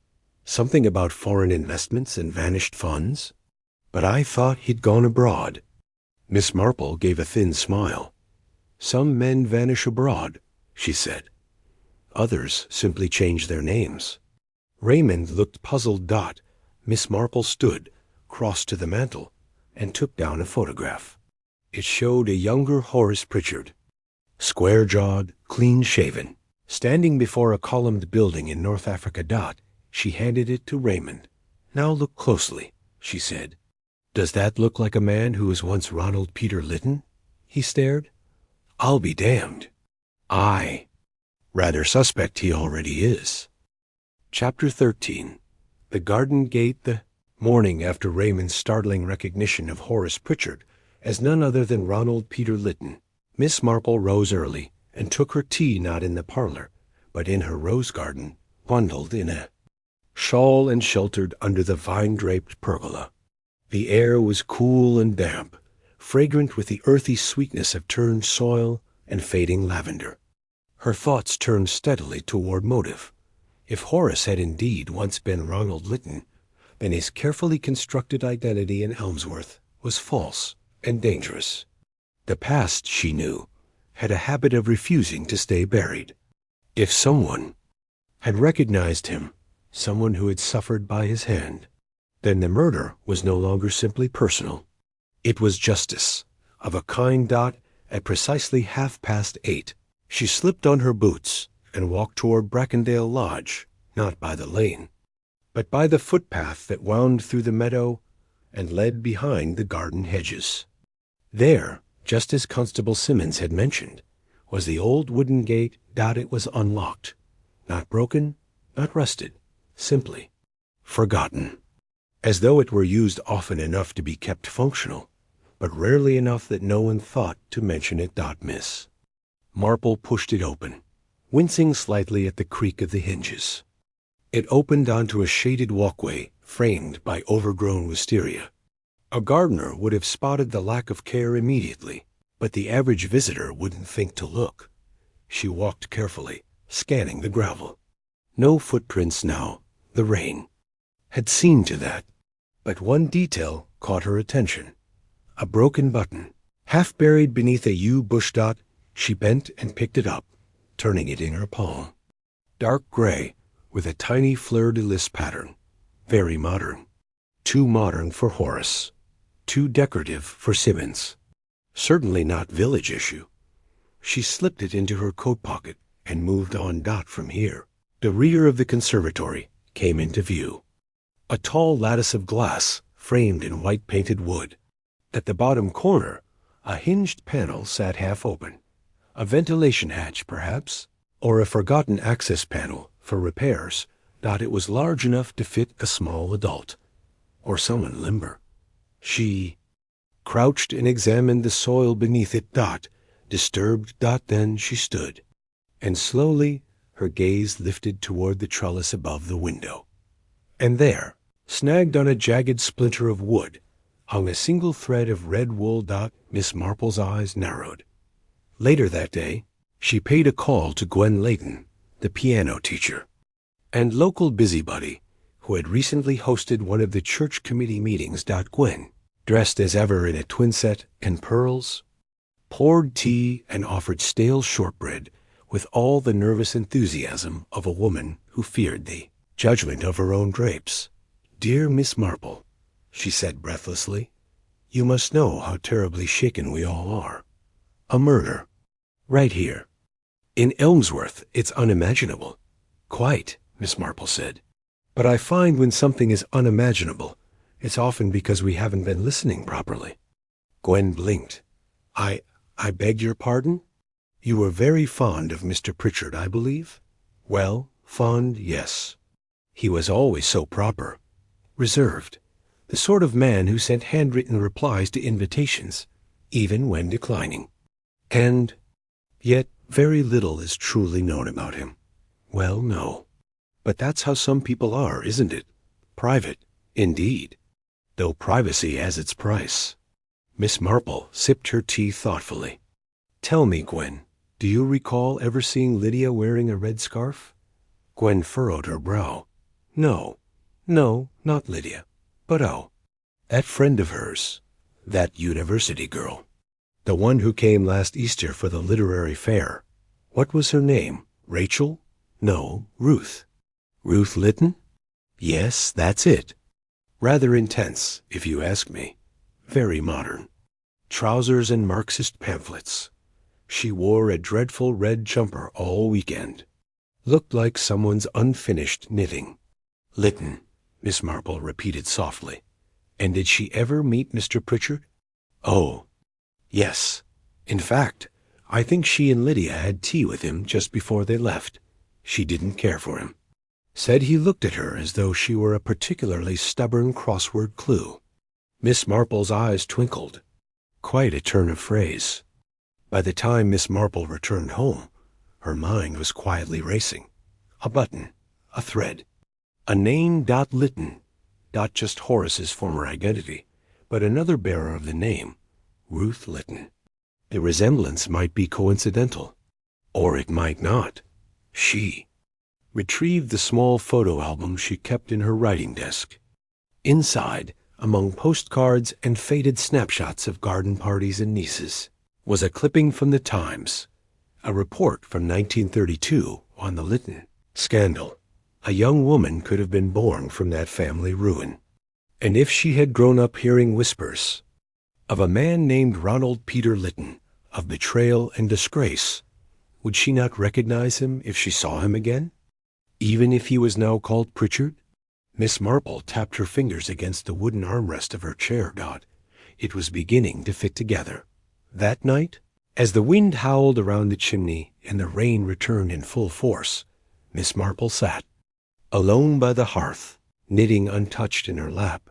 She stared into the fire and whispered aloud, "One does not murder a stranger in a conservatory without reason. The reason must come first. The opportunity merely follows." She rose, went to her bureau, and opened her notebook. And under the words, "Who would want Horace Pritchard dead?" she now wrote, "Who would want Ronald Litton dead?" She underlined it twice. Chapter 14. A conversation in the dark. It was nearly dusk when Lydia Pritchard arrived at Miss Marple's cottage, dressed in mourning black, but without a veil. A deliberate choice, Miss Marple suspected, not for comfort or convenience, but to appear strong, unshaken, in control. "I hope I'm not intruding," Lydia said, voice brittle. "Not in the least," Miss Marple replied, ushering her in. "You'll stay for a cup of cocoa, I hope. It's not the most fashionable beverage, but it does soothe frayed nerves." Lydia hesitated. All right. They sat opposite one another in the front room, the fire low but warm. Outside, twilight deepened. Helmsworth's gas lamps flickered into life, casting long shadows on the lane. "I've heard," Lydia began after a moment, "that the police are questioning Gwen Layton and the maid at Brackendale, and Simmons. They are. Thorough. But they haven't asked me any more questions since the funeral." "Isn't that odd?" Miss Marple stirred her cocoa. "It depends. Sometimes silence from the police is a sign of confidence." "Or of having found the wrong person," Lydia said sharply. There was a pause. The fire crackled. "I spoke to Ruth this morning," Lydia added. "She's in France. I told her about Horace, his death. I didn't tell her anything else. But she asked if I was safe." "Did she?" Miss Marple said mildly. "She's never trusted older men, particularly the clever ones, especially if they offer you something." "Was Horace generous with her?" Lydia gave a cold laugh. "No, he barely tolerated her. Called her the Red Menace. I think he feared her brain. Truth be told, she made him feel transparent. He didn't like women who saw through things. Miss Marple nodded slowly. And what about you, my dear? Me? Did you see through him? Lydia looked down at her cocoa. Not at first.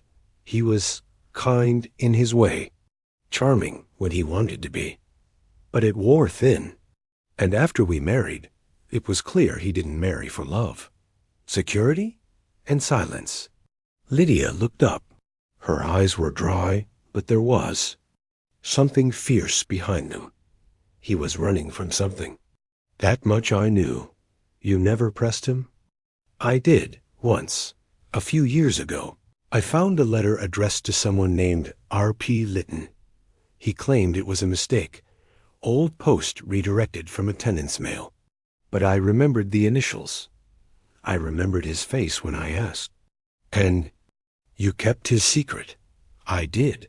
I thought I owed him that much. And I didn't want scandal. You understand, don't you?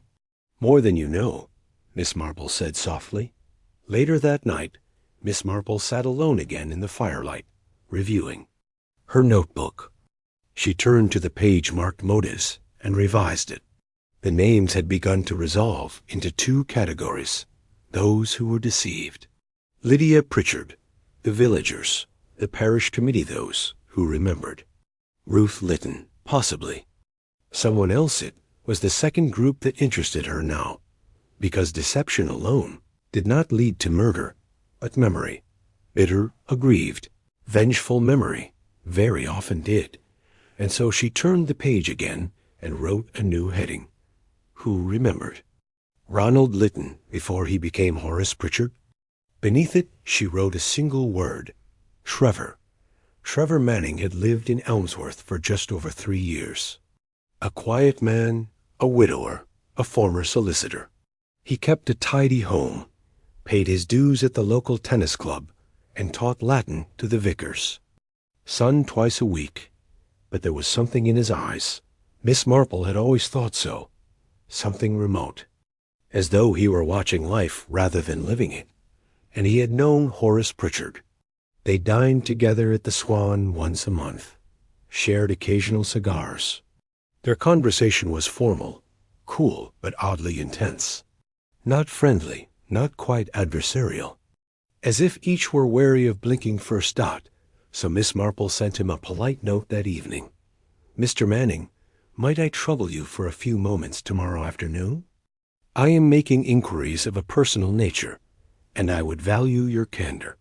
Yours sincerely, J. Marple. Trevor Manning arrived promptly at 3 the next day. He was lean, with thinning gray hair, in a suit that had once been expensive, but now bore the wear of modest living. His voice was dry, his manner precise.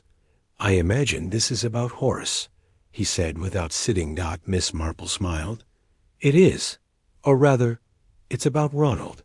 He didn't flinch, but his hands, clasped neatly behind his back, curled slightly inward. I thought, he said carefully, that name had been buried. It was, she said, until someone dug it up. He looked at her then, and in his eyes there was neither shock nor fear, only resignation. You know, then? I believe I do. Manning sat. He ruined my father. Ronald Lytton. Falsified documents. Embezzled from their investment firm. My father was the one who took the blame. He signed the final approvals, trusting his junior partner. It broke. Him. He died within the year. Bankrupt. Disgraced. I'm so sorry. I was at university. Couldn't prove a thing. But I vowed if I ever found him. And then you did, Miss Marple finished softly. Here in Elmsworth. Manning nodded. But I didn't kill him, he added quickly. God knows I hated him. But I'm not a murderer. I wanted to expose him, not poison him in a bloody. Greenhouse, you believe someone else knew? I wasn't the only victim, he said. There were dozens. One of them must have come looking. Miss Marple nodded. Or perhaps one of their children. Manning froze. You think Ruth? I think Ruth knew far more than she let on. And I think she came here last Easter not for the literary fair, but to confirm a suspicion. She stood and crossed to the fire. And I think, Mr. Manning, that whoever killed Horace Pritchard wasn't seeking justice, but revenge. Chapter 15. The quiet watcher rain came again the next morning, soft at first, a whispering drizzle on the rose leaves and ivy, then heavier, running in rivulets down the mullioned windows of Miss Marple's cottage. She rose early, stirred by dreams too murky to recall, and watched the village street from her armchair. Knitting untouched in her lap.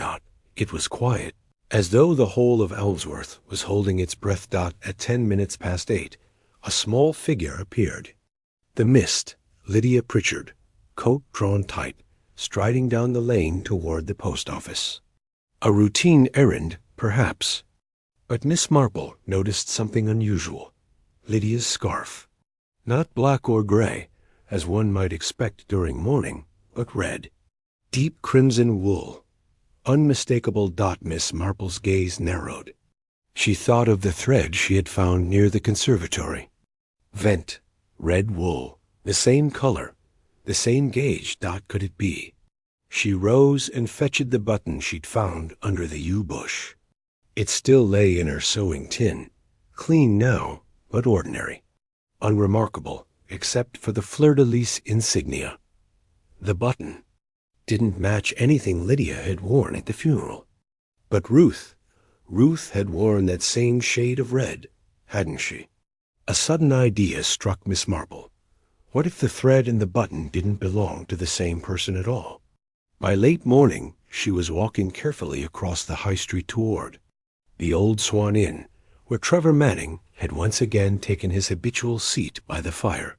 She approached with her usual brisk politeness. "Mr. Manning, may I join you for a moment?" He rose courteously. "Of course, Miss Marple." She sat. "I've been thinking a great deal about that dinner you and Mr. Pritchard shared last March. The one just after the parish gala? Precisely. I wonder, did anything unusual happen that night? Did he say anything about Ruth Litton?" Manning looked surprised. "He mentioned a girl at the fair who asked him rather pointed questions. About business ethics. He was amused. Said the young were always full of moral fury until they needed jobs. Did he know who she was? I don't think so, but I did. I recognized her surname. I didn't say anything. Because you hoped she might see what you had?" Manning hesitated. "Yes." Miss Marple gave a small nod. "I think you both saw," she said. "But where you sought exposure, she wanted punishment." Later that afternoon, Miss Marple walked to the churchyard. It was nearly deserted, the stones slick with rain, the gravel path turned to mush. But someone had been there recently. Footprints led through the east gate and toward the Pritchard family plot. She followed them quietly. And there, beside the headstone newly carved with Horace Pritchard, stood Lydia, motionless beneath, her umbrella, her eyes fixed on the fresh mound of earth. "I wondered if you might come," Miss Marple said softly. Lydia turned. "To spy on me?" "To check the flowers." They stood in silence for a moment, the rain pattering steadily above them. "You think I killed him," Lydia said flatly. "I think," Miss Marple replied, "that you were living in fear, and that when Ruth visited, you were reminded of what he'd done." "Ruth wanted me to leave him," Lydia said. "She said I was being controlled, manipulated, but I told her it was more complicated than that." "Was it?" Lydia hesitated. "He threatened me once, after I asked about the letter. Said there were people who would ruin me if I exposed him, that I didn't know what I was dealing with." Miss Marple's expression softened. "But I didn't kill him," Lydia continued. "I swear to you, Miss Marple, I hated him, but I didn't do it." Miss Marple believed her, but she didn't yet know who had. That evening, as twilight thickened into full dark, Miss Marple sat by her hearth with a fresh pot of tea, sorting through her notes again. She laid out her working facts. Horace Pritchard equals Ronald Lytton Trevor Manning knew the truth. But waited Ruth Lytton visited Elmsworth. Asked questions. A red thread found near the conservatory. A button with a fleur-de-lis, a hidden garden. Gate the conservatory vent left open the method of the murder. Cyanide, swiftly administered, required planning, precision, but it also required access. A route in and out unnoticed that someone had used the back garden gate. Some were nimble enough to slip through the vent. Ruth had gone back to France, but perhaps not for long. Or perhaps she hadn't left when she said she had. Miss Marple fetched the parish visitors' book, the one kept by Mrs. Ellis at the vicarage. She flipped through March and April. Ruth's name appeared, signed neatly, beside Lydia's, but no departure date, only a squiggle, a second entry. R. Lytton, May 4, the day before the murder. Miss Marple drew a sharp breath. No one had noticed. No one had remembered she'd returned, except, perhaps, the killer, or the victim. And then Miss Marple saw it. Another signature beneath Ruth's, a name she hadn't connected until now. Gerald Dunnington. The gardener. She sat very still. Then she reached for her notebook and began to write. Chapter 16. The gardener's secret? It was a peculiarity of Gerald Dunnington, known to most as simply Old Gary, that he never quite looked you in the eye. He wasn't shy, exactly. He spoke when spoken to, laughed at the right moments, and nodded in the village shop like a man who knew his place. But there was a restlessness in him, a tension in the shoulders, a twitch at the corner of the mouth. It made you feel he was listening for something just out of earshot. Miss Marple had noticed it more than once. Was just past 10 when she made her way to the rear gardens of Brackendale. The estate had lain mostly quiet since Horace Pritchard's death, though Lydia still employed Gerald twice a week to keep the hedges clipped and the flower beds respectable. Miss Marple found him near the greenhouse, pruning dead blooms with the steady, practiced hand of a man who'd done the same thing in all weathers for decades. "Good morning, Mr. Dunnington." He looked up, startled. "Oh, Miss Marple, morning." "Quite a gloomy one, isn't it?" he grunted. "Nothing the roses can't handle." She approached slowly, boots crunching on the gravel path. "Do you remember Miss Ruth Lytton?" she asked. "She was here at Easter. Came back just before the murder, I believe." Gerald's hand paused mid-snip. "Ruth?" he said, with feigned casualness. I saw her, just for a minute. She didn't call on the house, I don't think." He straightened up. "No. She asked me not to say she'd come." "Sighed?" "It was private." "Did she go into the conservatory?" "Aye." He hesitated. "Told me to leave it unlocked that morning. Sighed she needed closure?" "Closure?" He nodded, more firmly now. "Said she needed to see where it happened. I didn't ask. Didn't seem my place." "And did you tell Mr. Pritchard she'd come?" Now the hesitation was longer. "No, didn't dare. Thought it'd set him off." "Set him off?"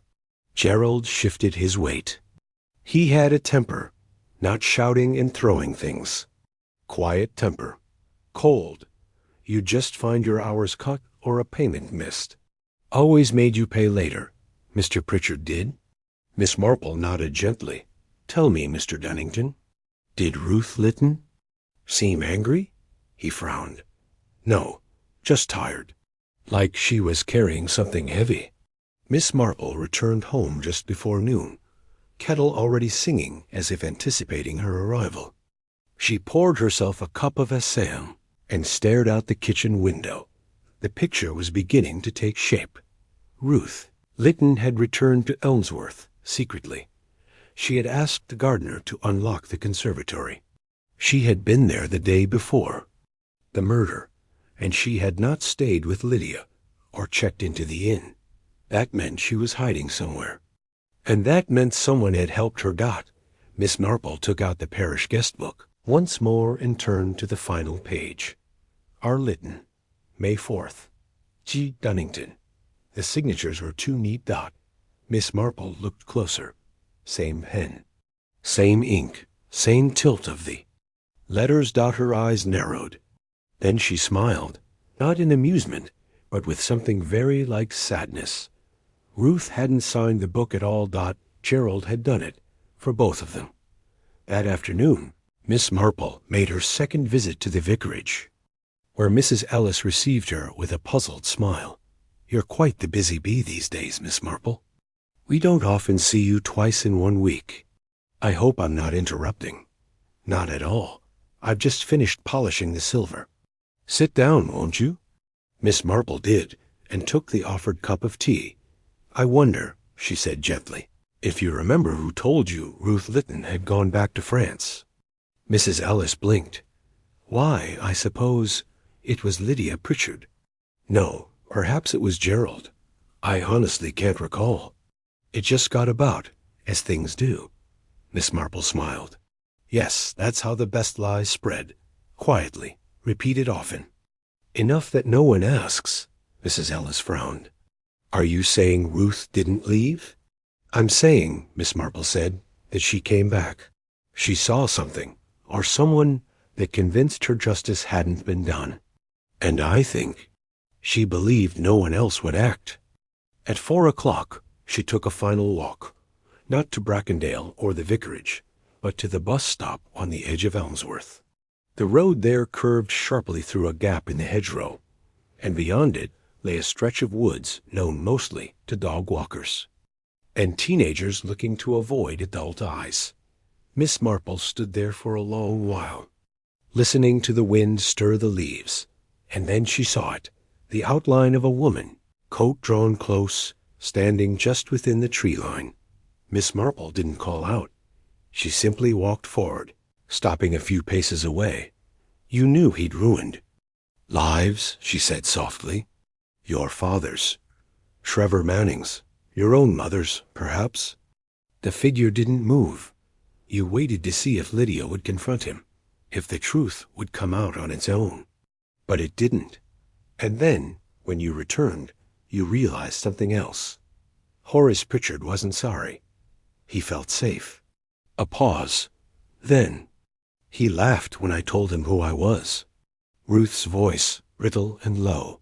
"I told him I knew, that I had the letters, that I'd show them to the police. And he laughed." "And so you decided," Miss Marple said gently, "that justice would not be enough." Ruth stepped forward, her face pale, eyes shadowed. She looked older now, not in years, but in weight, as if time had fallen on her all at once. "Didn't plan it. I went back the next morning. I brought the powder, cyanide. I'd bought it in Paris months before. For another reason." Miss Marple didn't ask what the other reason was. "I slipped in through the garden gate. Gerald left it unlatched. I put it in the flask, his favorite morning flask. He always drank his tea in there before starting the day. Did anyone see you leave?" "I don't think so. I went through the back hedge. No one looks that way anymore." They stood in silence. "You understand, don't you?" Ruth asked. "I understand," Miss Marple said softly. "But understanding doesn't mean approval." Ruth nodded once. Her voice was very quiet. "Then do what you must." Miss Marple reached into her coat pocket, not for the telephone, not for the police, but for a handkerchief. "Come, dear," she said. "You're cold." Chapter 17. A matter of conscience. Inspector Cray stood at Miss Marple's front door in his brown overcoat, shoes speckled with mud from the lane. He didn't look pleased. He never did, really. But today he wore the pinched look of a man who suspected he'd been made a step behind and didn't care for the sensation. "You asked me to come at once," he said tersely. "I assume this is about the Pritchard case?" Miss Marple led him into the sitting room. The fire had been lit, and tea was laid out, not as an indulgence, but as part of a ceremony that softened the business of truth. Yes, Inspector. I've something to tell you. Cray glanced around warily. And where is your suspect? She's resting, Miss Marple replied. Upstairs. I imagine the last few days have taken quite a toll. Cray's jaw tightened. You've been harboring her? Not as such. She came of her own volition. Miss Marple, but she raised a gentle hand. Please let me explain. She told it plainly, without flourish or sentimentality. Ruth Litton's secret return to Elmsworth. The quiet conversations with Gerald Dunnington. The use of the garden gate and the conservatory vent. The flask of tea laced with cyanide. She'd carried the powder with her for months, Inspector. Miss Marple said softly. Not to kill Horace Pritchard, at first, but to end her own life, should the memories ever become too much. It was something she told me, not as justification, but as fact. Cray remained silent. His fingers drummed once on his thigh. Premeditated or not, it's still murder. Legally, yes, Miss Marple said. But morally? I wonder. He shot her a glance. You don't believe in justice, Miss Marple? Oh, I believe in it very much, she replied. But justice, you know, doesn't always wear a uniform. Cray gave a short, bitter laugh. You sound like Manning. At the name, Miss Marple's eyes flickered. And have you spoken to him recently? Cray leaned back in the chair. We questioned him, yes. But he had an alibi for the morning of the murder. Train to London. Confirmed by the ticket clerk. He didn't lie, Miss Marple said. But I believe he waited, deliberately, hoping someone else might do what he could not. Cray gave her a sharp look. You're suggesting this was arranged? No, she said firmly. Not arranged, but allowed. Upstairs, Ruth Litton sat on the edge of Miss Marple's guest bed, hands clasped in her lap. She heard the murmur of voices below and felt a strange sense of stillness, the kind that arrives just after a storm. Not she hadn't cried. Not since the night she'd slipped away into the woods, unsure where she would go, or whether she'd even come back. But Miss Marple had found her. Of course she had Dot, and now it was over. She heard the creak of the stair. Miss Marple's step. Slow but certain. Ruth rose. He knows? She asked. Miss Marple nodded. Yes. Ruth closed her eyes briefly. And now I go to prison. Perhaps. Or perhaps not. Ruth stared. What do you mean? Miss Marple folded her hands. I told Inspector Cray the truth. But I also told him what I believed, that you acted out of fear, grief, and despair, that you had lived with the weight of your fathers. Death, the shame of a hidden past, and the knowledge that your warnings to Lydia would be ignored.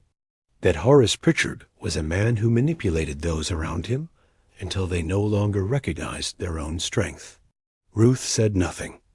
I told him, Miss Marple continued, that a jury might convict, but that it might not. And what did he say? That it would be his decision whether to charge you, and that he would sleep on it. Ruth looked away. Miss Marple stepped forward, placing a hand gently on the girl's arm. You must be honest with yourself, Ruth. If you wish to atone, do so with the truth. No more secrets. No more hiding. I don't want to be forgiven. Ruth whispered, I just want peace. Miss Marple's eyes filled with an old, aching sorrow. Then start by forgiving yourself. That evening, the village of Elmsworth settled under a moody dusk. Lamps lit windows one by one. Church bells chimed softly through the mist. In the parlor of the Old Swan, Trevor Manning sat alone with a glass of brandy. He had read the news, the coroner's report, the official conclusion. Death by poisoning. Investigation ongoing. He stared into the amber liquid and said aloud to no one, You got there first, didn't you? There was no reply. Just the sound of the wind through the cracks in the windows and the creak of old beams overhead. Back at St. Mary Mead, Miss Marple sat by her hearth, her knitting basket beside her, untouched. The fire crackled. A sparrow fluttered at the window before flying off into the evening. She reached for her diary and made a small, careful note. Justice is not always clean, but perhaps in this case it was quiet. And enough. Chapter 18. Echoes from the pasta stillness had settled over Elmsworth. It was the sort that arrives after disruption. Not a return to peace, exactly, but a pause.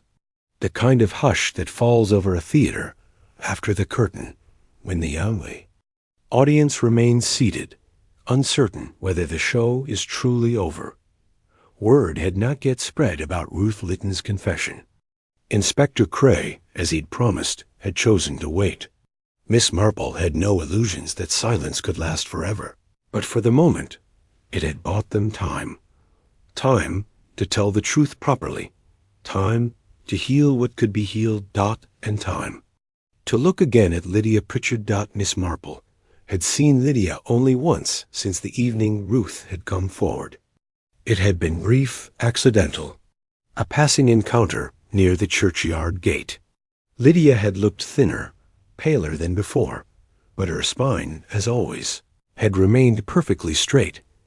There had been a question in her eyes, but neither woman had spoken of it. Now, Miss Marple decided, that must change. She arrived at Brackendale mid-morning, wearing her softest wool coat and a scarf as pale as smoke. The door was answered not by Lydia, but by the housemaid, a timid girl named Elsie, who blinked when she saw the elderly visitor. "Oh, Miss Marple, would you like to see Mrs. Pritchard? If you have me." A short wait, and then, "Yes, ma'am." "She says please come in." Lydia was in the conservatory. Of course she was. The room had changed. The chaise longue was gone. The vase of lily had been replaced by modest daisies, and the windows had been scrubbed clean. Only the scent of soil and lemon polish remained. The ghost of what had passed here.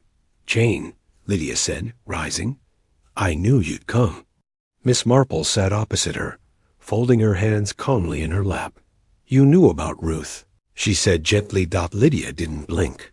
"I suspected, but I wasn't certain. She tried to warn you." Lydia's voice trembled, just slightly. "I wasn't ready to hear it. You'd convinced yourself Horace had changed." "I convinced myself," Lydia said, her eyes narrowing, "that I could forgive him.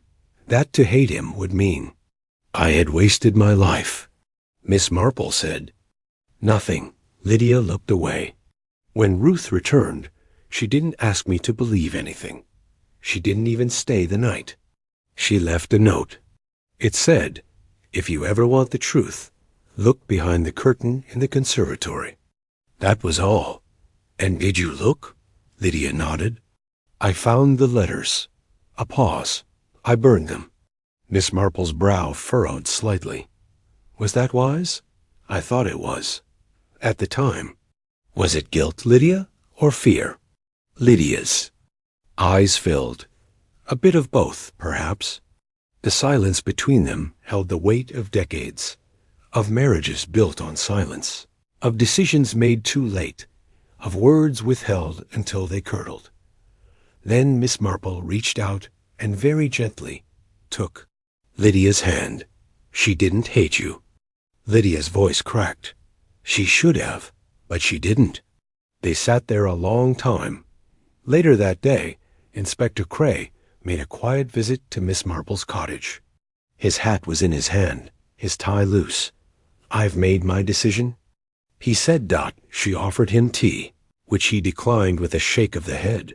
"Ruth Litton will not be charged, not unless she insists upon it." Miss Marple gave a small nod. "You've spoken with the Crown?" "I have. We'll frame it as lack of sufficient evidence. The flask has been cleaned. No fingerprints.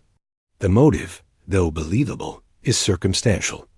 And frankly, the public appetite for dragging this through court is thin. Pritchard was no hero. No, he wasn't." Cray hesitated.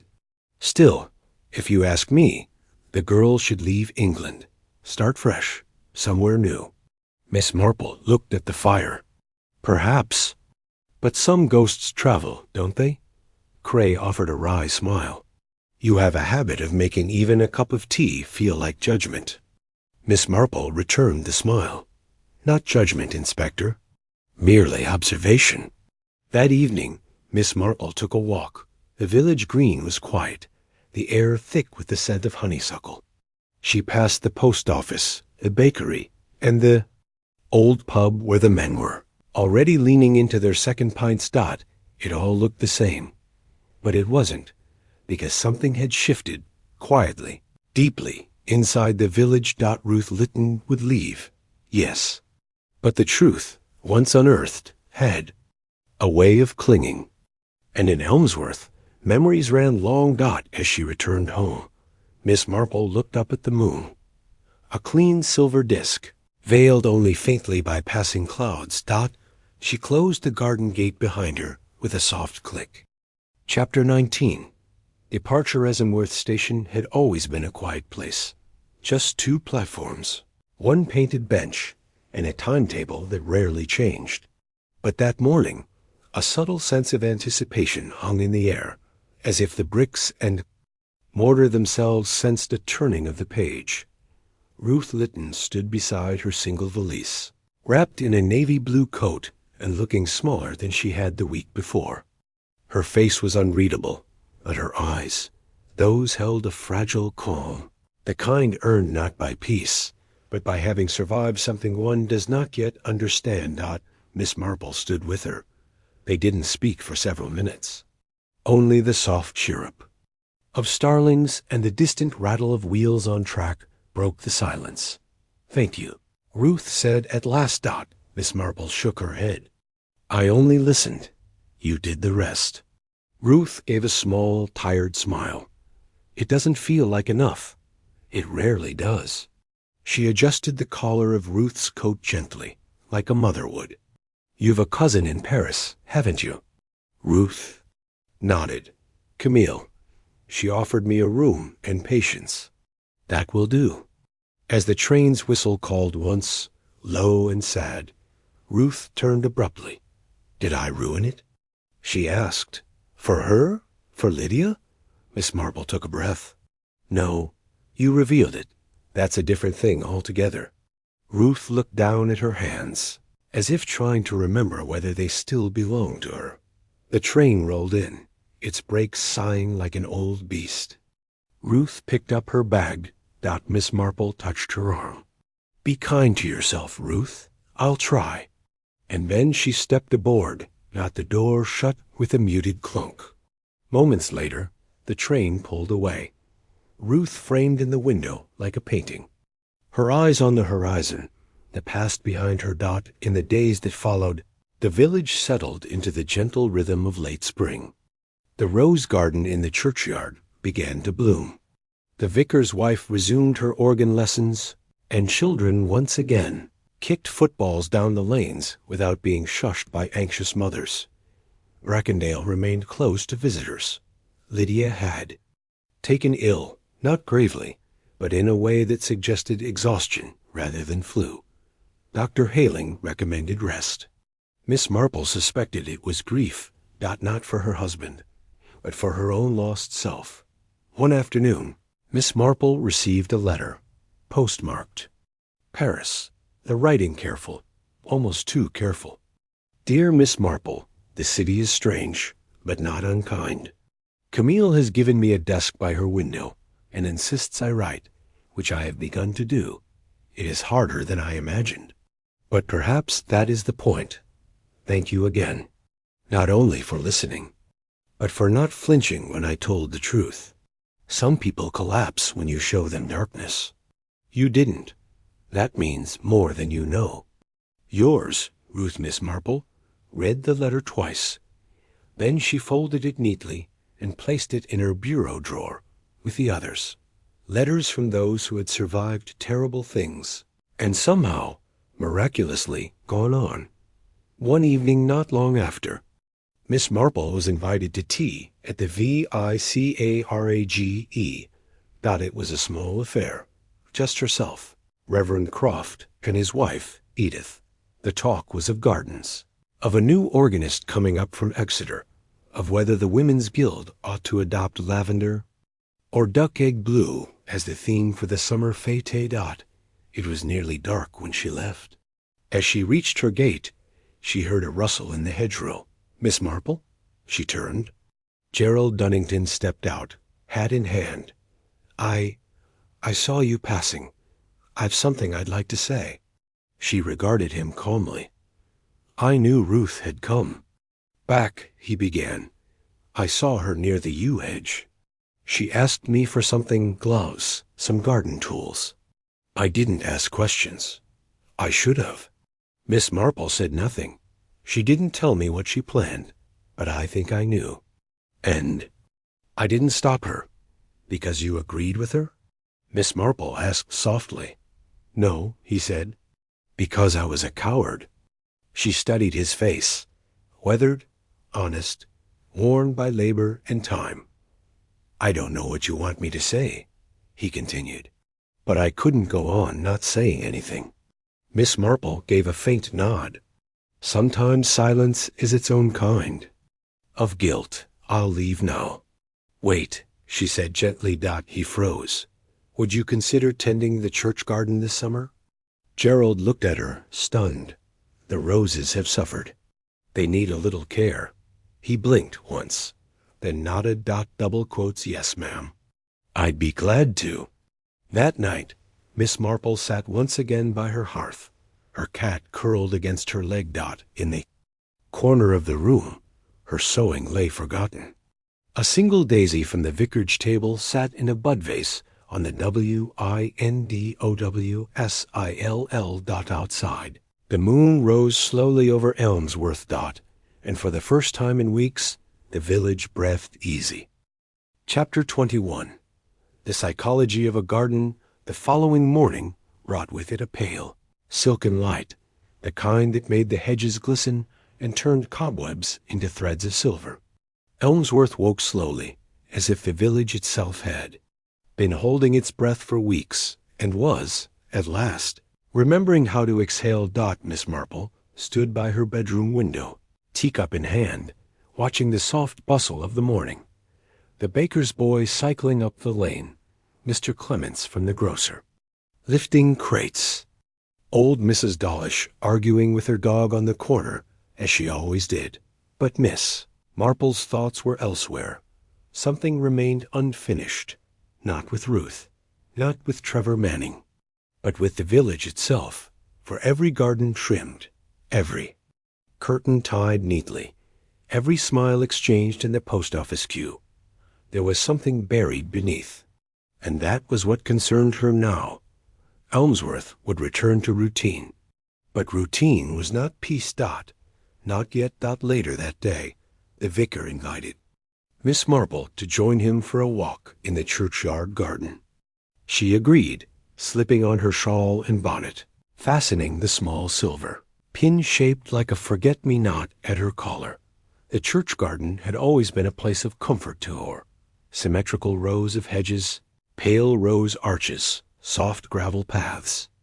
It was tended not only by hands, but by memories. As they walked, Reverend Croft said quietly, "Gerald Dunnington has taken up the spade again." "I thought he might," Miss Marple replied.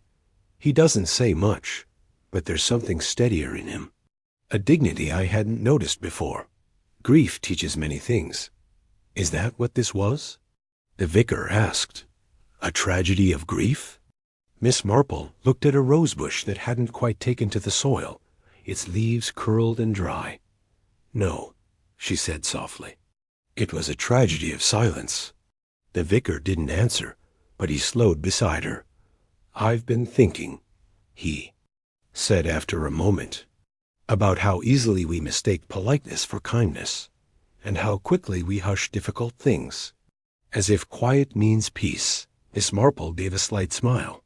"That's a common mistake in villages, but we'll keep making it unless we learn," the vicar sighed. "And if we don't?" Miss Marple bent and pulled a single weed from the path. Then it grows back, she said. That afternoon, Lydia Pritchard did something that startled the entire parish. She opened the gates of Brackendale. No letter had been sent, no invitation issued. But just after 3 o'clock, the wrought iron gates stood ajar, and the scent of freshly baked scones drifted from the open windows. Several villagers approached hesitantly. Mrs. Elkins from the bakery, young Nora Trent and her sister, even stiff Mr. Weatherby from the newspaper. Lydia met each visitor calmly at the door. She offered tea. She asked after their mothers, their gardens, their husbands' knees. She didn't speak of Horace. She didn't need to. The very act of opening the house had done what words could not. Inside the drawing room, Miss Marple sat quietly by the fireplace, sipping her tea and watching Lydia move among the guests like a woman stepping into herself for the first time. There was no laughter. Not yet, but there were soft voices, and biscuits passed with care, and the hush of something tentative taking root. Not forgiveness. Not exactly, but something close. That evening, as twilight curled over the rooftops, Miss Marple sat in her armchair with her embroidery hoop in her lap. A low fire crackled in the grate. Outside, owls had begun to call. She was not a woman to chase conclusions.